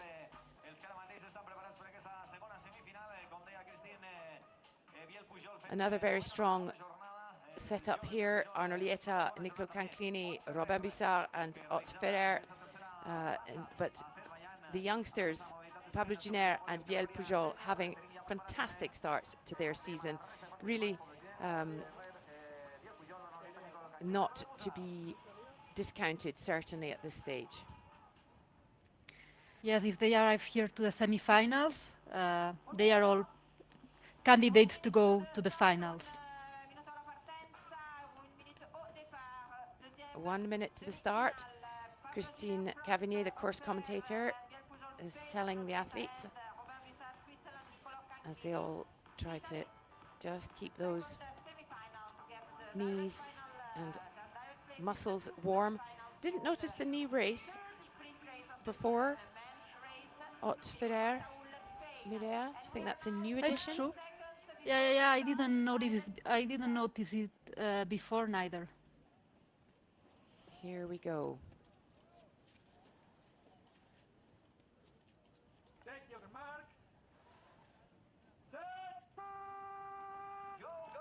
Well, it hasn't stopped him taking a very explosive start here at the second of the semi-finals for the senior men. But Arnaud Lieta in the black helmet there, number one, is giving him a run for his money, but it is Ott Ferrer Martinez just slightly in the lead. Yes, Ott Ferrer, that it's a very brave athlete. I mean, he doesn't care who he's running against. So he is in here trying to take the lead with Arnaud Lieta, a sprint world champion, on the other side. So let's see, because this battle on this heat seems very exciting, with Biel Pujol just behind Ott and Pablo Giner just behind Arnaud Lieta, ready also to pass in front. Yes, and this was the two leading in their heats, wasn't it? The two leading men, Arnaud Lieta and Ott Ferrer. And as you say, Ott Ferrer didn't seem in the slightest bit phased by the fact he has the very experienced multi-time champion Arnaud Lieta hot on his heels. Arnaud Lieta getting a good spot in transition there, very quick. Also very quick transition from Biel. The three of them, they went off the transition very, very close to one another. So the three of them, Arnaud, Ott and Biel, did a very clean transition. And Pablo didn't do as good transition, but now he's doing a very fast foot part, as we see now. Yes, and Arnaud Lieta often has an advantage on the foot part because he has extremely long legs, but has not had a great transition there, taking away third, I think, by the looks of things. Yes, it seems so. Let's see, because as you say, it's Arnaud Lieta is super experienced. So when these things happen, it's like, wow, what's happening here? So let's see Ott and Pablo, these youngsters that are putting a great battle. Let's see what happens from now to the finish line. But he made up for it there, and he did an exceptionally fast stripping of the skins, and away he goes in first place. but it is super close in at 3 and 4 there. And we've already seen some very bold skiing on this track down, haven't we? Yes, we've seen some falls. We've seen quite a lot on this on this little downhill. And we just saw in the last semi-final, Inigo Martinez doing an incredible overtake, which is not easy to do on these little tight, short courses. Arnaud Lieta takes the win ahead of Ott Ferrer Martinez. Pablo Giner of France takes third. Robin Bussard of Switzerland in fourth. Biel, Pujol, Paramon, and Nicolo Canclini make up the top 6. So that's it. We've had all the 6, I beg your pardon, all 4 semi-finals. Not sure who are the lucky losers, but both semi-finals were very fast. So let's see who are the 2 lucky losers of the men category. Indeed. Oh, a big close-up there of Arnaud Lieta's number for us.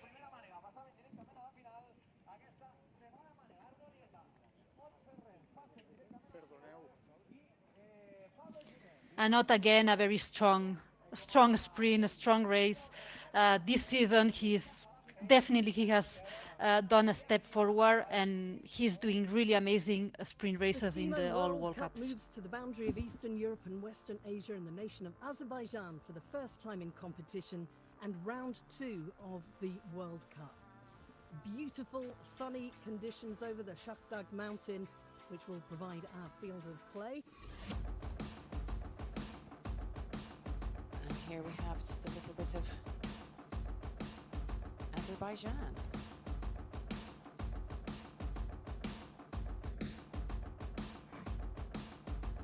The final of the women's sprint competition in the ISMF World Cup, second round, and it's a strong start by Marianne Faton of Switzerland in the right on the red, and Mariana Jegorčíková, the Slovak, the 39-year-old, leads the way and gets to the turn first. What a great race so far for her. Never a surprise to see Emily Harrop first out of the transition, the 27-year-old. Overall world number 1 in 2024 is being chased by the sprint queen of Switzerland, Marianne Faton, now, who's moved into second place. You can see Jegorčíková is using her poles to try and move up into a medal position. But it's France 1 and 3 at the moment, with Switzerland in second place. Marianne Faton, Célia Peria-Pesset, but it's Harrop who begins the descent first. Not a worry about who's behind her now. She just checks to see her margin of victory. The arms go up, the celebration starts, and Emily Harrop has won again. It was an interesting course today. The girls were really strong. The final, it started off really hard, and I kind of thought, oh my god, I'm not going to keep up with this pace. And I was able to kind of dig deep, so that was cool. But yeah, it was another good one today, so I'm super chuffed. The race is on for the medal in the second round of the ISMF sprint competition in the World Cup series.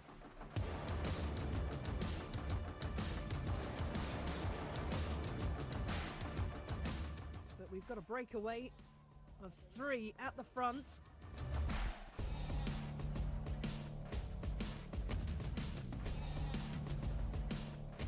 Well, it is a battle of the Swiss. Lieta and Bussard.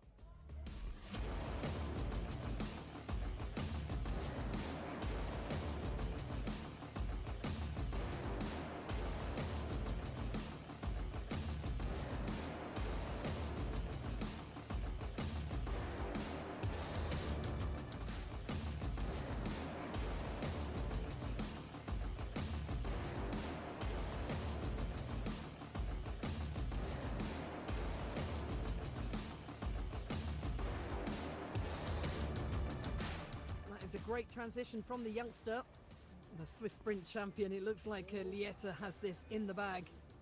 Just a little bit of caution negotiating the final part of this slightly tricky downhill section, and Arnaud Lieta celebrates as he crosses the line. And that's jubilation from Robin Boussard, just 0.8 of a second behind. But that's Arno Lieta of Switzerland, who wins round 2 of the World Cup. A really hard race today. It was all so tight, everybody was so close together, and yeah, to have a final with 4 Swiss guys, it's brilliant, and yeah, we can enjoy it.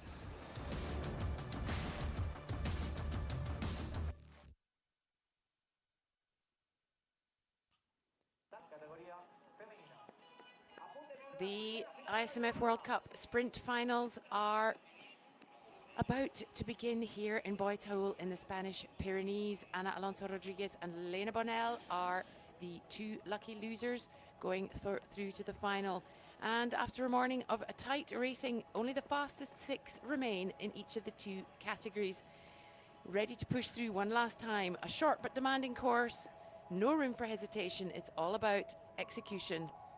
And here is the first lineup for the women's finals. Lena Bonnell there. That is Ana Alonso Rodriguez of Spain. Celia Peria-Pessé of La Clusaz, her compatriot Emily Harrop, multi-time sprint winner. And here we have Marianne Faton, the Swiss sprint machine, current European champion, former world champion. And there is Caroline Ulrich of Switzerland, her compatriot. Mireia, an exciting final here for the women. Totally, what a strong field we have here. All of them with a lot of experience, with a lot of titles. It's going to be very, very exciting to watch. Certainly is. All to play for. Any single one of these women could win this final. And it's all going to come down to the thing we always talk about. It's the skill, it's the staying consistent, it's remembering it is not over until it is absolutely over.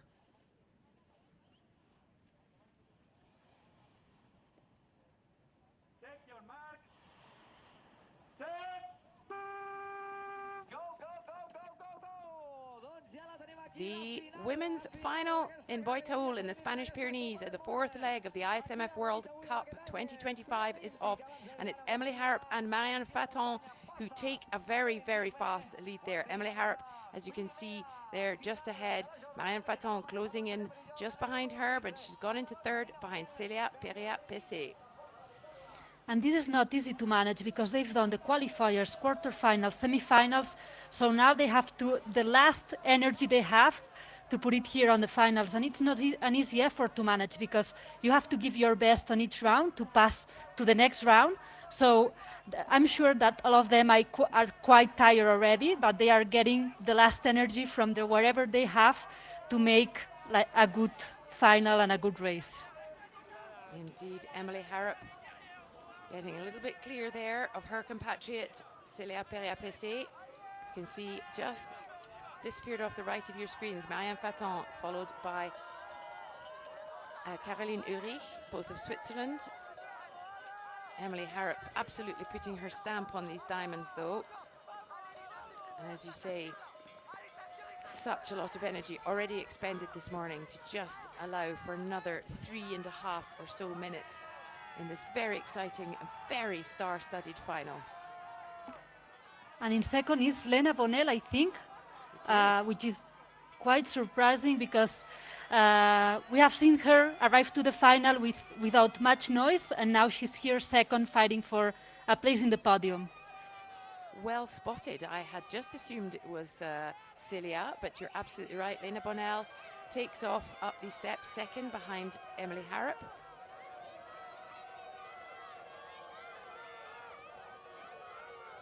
Marianne Faton dropped down into 3rd there. Emily Harrop looking unbelievably strong in these steps.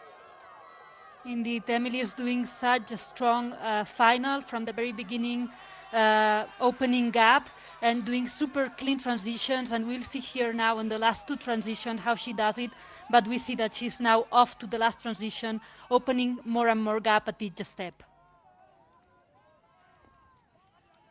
Marianne Faton has lost something at transition. A skin by the looks of things, potentially. She had both poles, so it must have been a skin. How unfortunate. But in any case, she wants to try, and she will give her best until very end to have a place on the podium. Indeed, as we say, it's not over till it's over. Emily Harrop takes off down to the finish line here in Boi Taull in the Pyrenees at the ISMF World Cup 2025, followed by Lena Bonnel of France and Ana Alonso Rodriguez of Spain. That will be a popular choice to be on the podium. Marianne Faton had a very unfortunate slip there. We're not quite sure what she lost. Something, but here we are, crossing the line to take the victory. Emily Harrop in her sort of well-known, oh, thank goodness, as she comes across the line to win. Followed by a fantastic performance there by Lena Bonnel into second, raises her arms, as does Ana Alonso in third. What a great race. Marianne Faton takes fourth, followed by Celia Peria-Pessé, and in behind them, Caroline Ulrich, who had such a strong race up until now, but perhaps just had run out a bit of energy. What an incredible final, and what an incredible performance from Emily Harrop. That it's not, I mean, it's surprising, but at the same time, she has us used to them. But also from Lena Bonnel and Ana Alonso, that Ana Alonso, in her case, she's been a lucky loser on some rounds, and now she's on the podium of the finals. Indeed, great jubilation there from the French. Three of them in the top, well, certainly in the final. And we will hopefully be getting a word very shortly from Emily Harrop, who is wearing this very new and exciting looking backpack, which she's the only person we've seen wearing it, Mireia. Have you any insights? Yeah, I don't know. I've seen that, but I don't have many insights to share. I will have to ask. Some sort of prototype there from Millet, I should imagine. There we go. Snow still coming down thick and fast. That was the women's race, the women's final in Boi Taull in the Spanish Pyrenees. So nice to see lots of snow. Occasionally we have been here, notably I think the European Championships in 2022, and it was a little bare. The course organisers here always do a fantastic job of making the best of what they have, but they will be delighted to have this much snow today for the sprint. And of course tomorrow the mixed relay will kick off in the morning.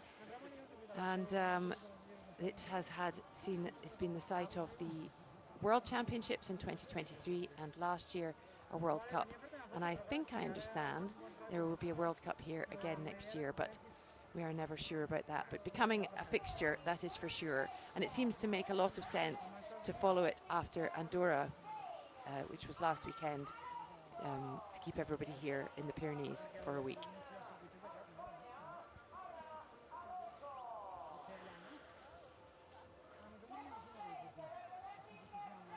And we are at flower ceremony.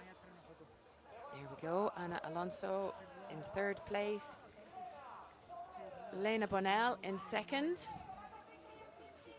And winning the women's sprint race here in Boi Taull in the Pyrenees in Spain, Emily Harrop of France.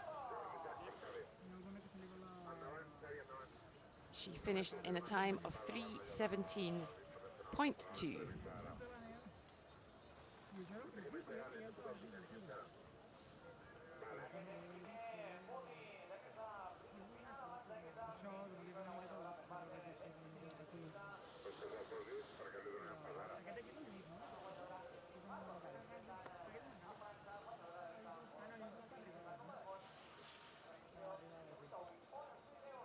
There we have it. The final results. Emily Harrop of France wins in a time of 3:17.2, almost 13 or just over 13 seconds behind her. Lena Bonnell of France, Ana Alonso Rodriguez, Marianne Faton, who had a very unfortunate slip, but as we say, that is the name of the game in the sprint.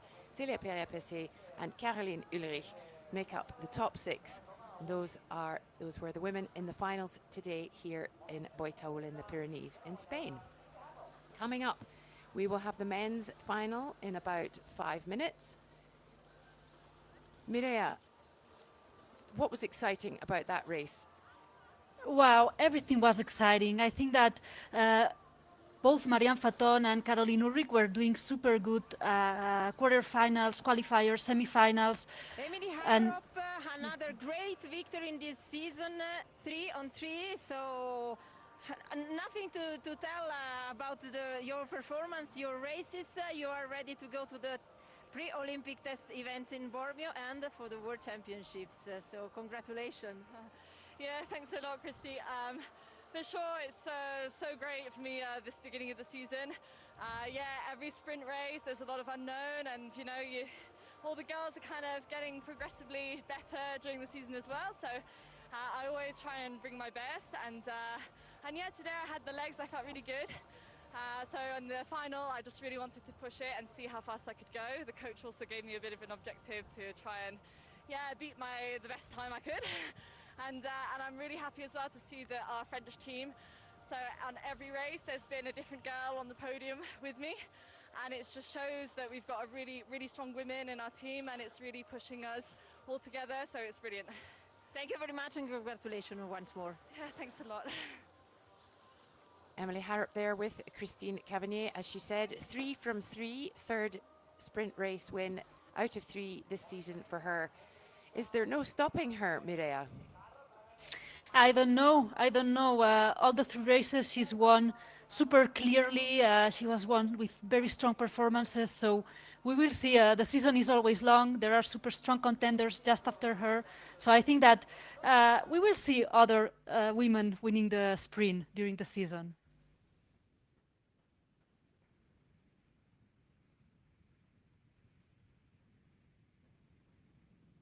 Indeed. Well, she's had several Crystal Globes in a row, that is for sure.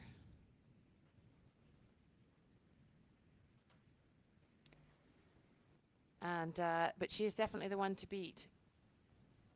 Yes, she was putting some high level there, but I think that as she was saying that it's happening in the French team, that ones and the others push themselves to be better. She's doing the same for other countries. She's doing super good performances, but at the end of the day, this is super good also to push other women from other countries to make better performances too. So I think that at the end of the day, it's super good for the sport that Emily is performing that well, because it's super inspiring for other women inside the French team and also outside. Indeed, and she was saying quite rightly there that there was a lot, you know, the strength. SkiMo World and Cup moves to the boundary of Eastern Europe and Western Asia in the nation of Azerbaijan for the first time in competition and round 2 of the World Cup. Beautiful sunny conditions over the Shafdag mountain, which will provide our field of play.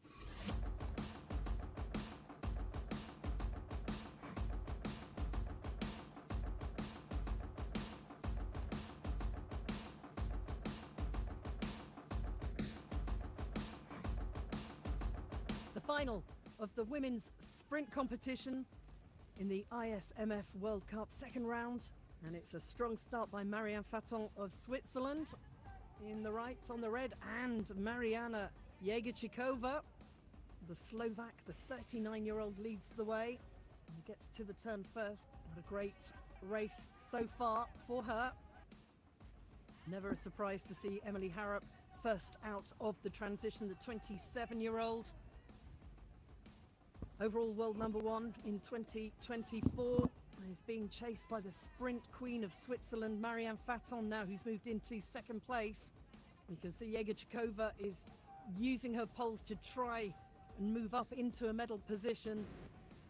But it's France 1 and 3 at the moment, with Switzerland in second place. Marianne Faton, Celia Perrier-Pessé but it's Harrop who begins the descent first. Not a worry about who's behind her now. She just checks to see her margin of victory. The arms go up, the celebration starts, and Emily Harrop has won again. It was an interesting course today. The girls were really strong. The final, it started off really hard, and I kind of thought, oh my god, I'm not going to keep up with this pace. And I was able to kind of dig deep, so that was cool. But yeah, it was another good one today, so I'm super chuffed. The race is on for the medal in the second round of the ISMF sprint competition in the World Cup series.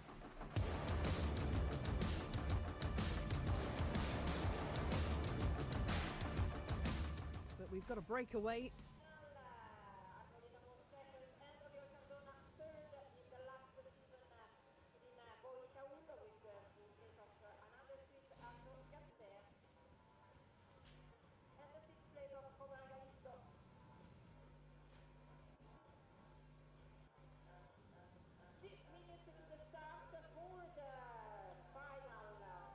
The ISMF World Cup Sprint Finals here in Boi Taull in the Spanish Pyrenees.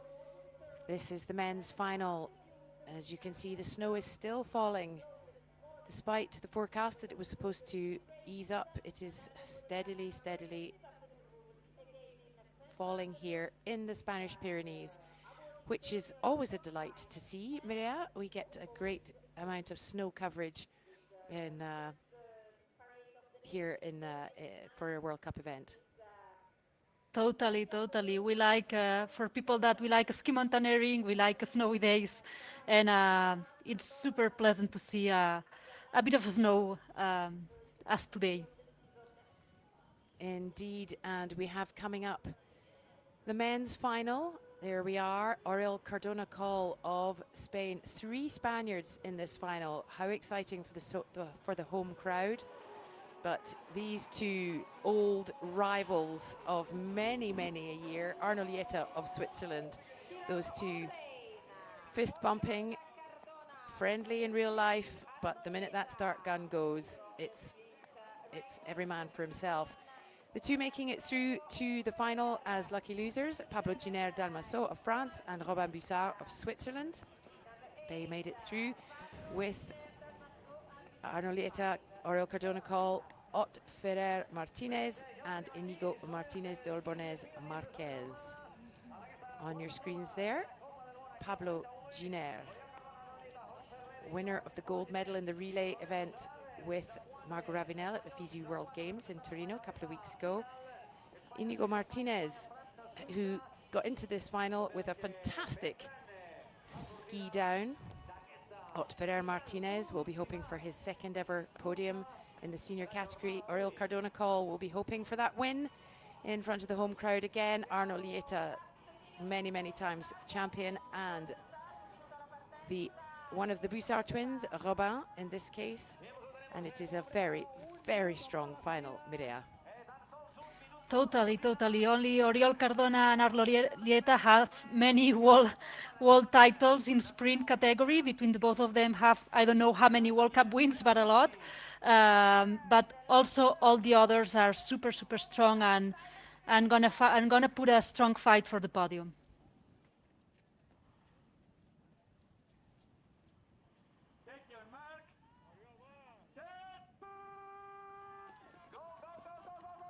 And this is it, the final race of the day here in Boi Taull in the Spanish Pyrenees, the 4th leg of the World Cup for the ISMF, and it is the men's final as they head off in this very beautiful, like geese, I would say, out of the start line there. And we have Oriol Cardona Coll ahead of Oriol Cardona Coll ahead of Ott Ferrer. Incredible start from Ott Ferrer, Oriol. Also from Oriol, Oriol has done quarterfinals and semifinals, starting very strong from the start. Also in the finals, he wants to win here. He knows this is his best chance. And Ott Ferrer and Inigo Martinez de Olbornez that have also done a super strong start.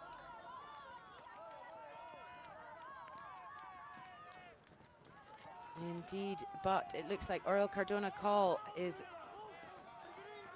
pushing hard there to stay in the lead. that is Inigo Martinez, I think, has gone into second.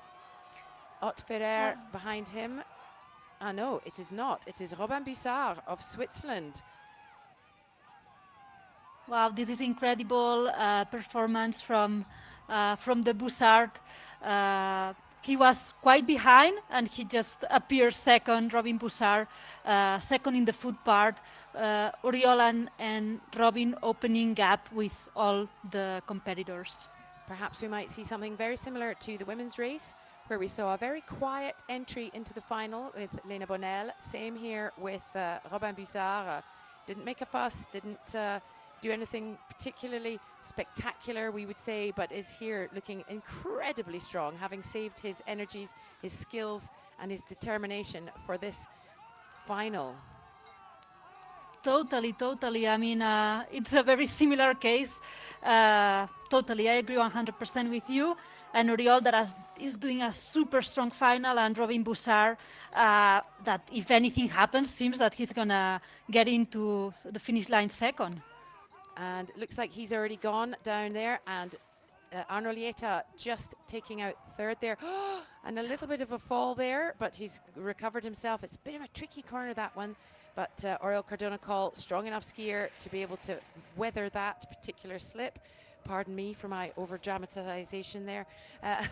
We just don't want to see that in a final, that is for sure, as he comes down here to this last sharp right-hand turn, and looking very casual as he crosses the line. Oriol Cardona-Coll punches the air and takes the win here. Robin Bussard, delighted, taking the second place for Switzerland, and in behind him, his compatriot, Arno Lieta, in third. Pablo Giner, what a great start to the season for this young man. Fourth in this final, and Ott Ferrer Martinez, also great start for him. Fifth, followed by his compatriot, Inigo Martinez de Albornoz Marquez. Wow, Mireia, what a final. What a race from Oriol. He's the champion of Boi. Every time there's a race here, there's a sprint here, he's there. He's here to win it. And also from Robin Bussard, that we were not expecting him, because on the quarterfinals and semifinals, he was just passing, and but he was here for the second place. So incredible race we've had here. Congratulations to Oriol Cardona-Coll. It is not his first win here, that is for sure. He won the European Championships here in 2022, the World Championships in 2023. He didn't actually win last year. He was third, so he'll be delighted to be back on top of the podium. And you can see here just what an enormous amount of effort is. Arno Lieta, one of the best in the world, just lying there. Ott Ferrer, even with a newly added knee brace for the semi-finals, has done an incredible race here. But what an effort these men have put in today.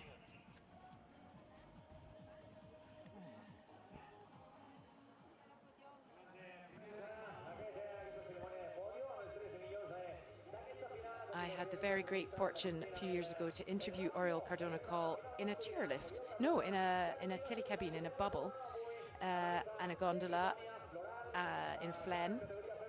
And we talked a lot about his battle with Arno Lieta and just how much it means to him. Obviously there's a great deal of respect and professional and sporting, just sort of a great deal of camaraderie between them, but just how much he appreciates how they push each other to be even better. I think it's super good to have someone like Arnaud or someone like Oriol to push your own level.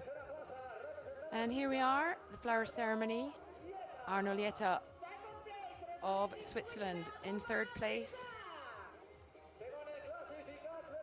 He's stood on every step of the podium this season. He's had a second, a win, and now a third place. Robin Bussard of Switzerland takes second. And in the Swiss sandwich there, we have the Spaniard, Oriol Cardona-Coll.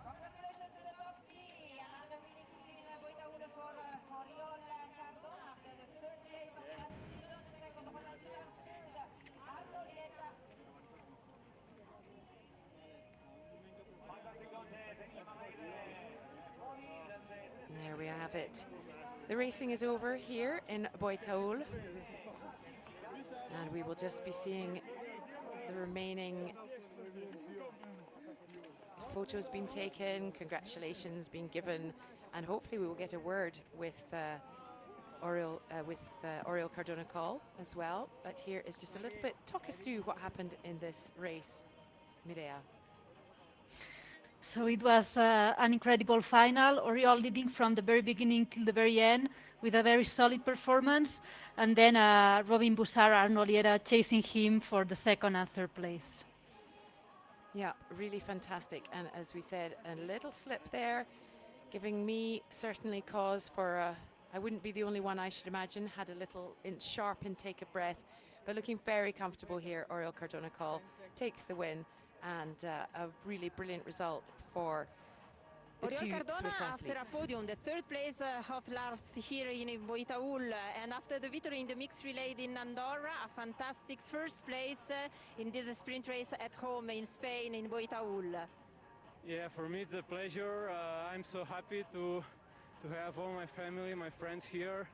I really feel the sharing of all of them, so it's been a really nice sprint, and running and winning at home, it's priceless. It was a tough race with lots of strong racers with you, but you start as first and you finish as first. Yeah, today I've been feeling strong during all the heats. I knew I will have a good day, so I just try to be as strong as possible in the beginning, and then to keep the position till the end. Very good job, congratulations. Thank you so much. Oriol Cardona Call there with Christine Cavagnier, who pointed out exactly that. He started first and he finished first. He made it look effortless indeed today, as the Spaniard wins ahead of Thomas Bussard and Arnoliera, and in front of his friends and family, which must mean such a huge amount, Mireia. Yes, totally. Being able to win at home, as he was saying, I think it's priceless. So congrats to him. So that wraps up an incredible day of sprint racing here in Boi Taull. We've seen intense battles, lightning fast transitions, and some outstanding performances. They gave it everything, and in a race where every second counts, the smallest details made all the difference. A massive congratulations to Emily Harrop and to Oriol Cardona Call. Thank you, Mireia. The ISMF World Cup 2025 will continue, but from now, from Boi Taull, it's time to catch our breath. Bye-bye. Segunda vez al año.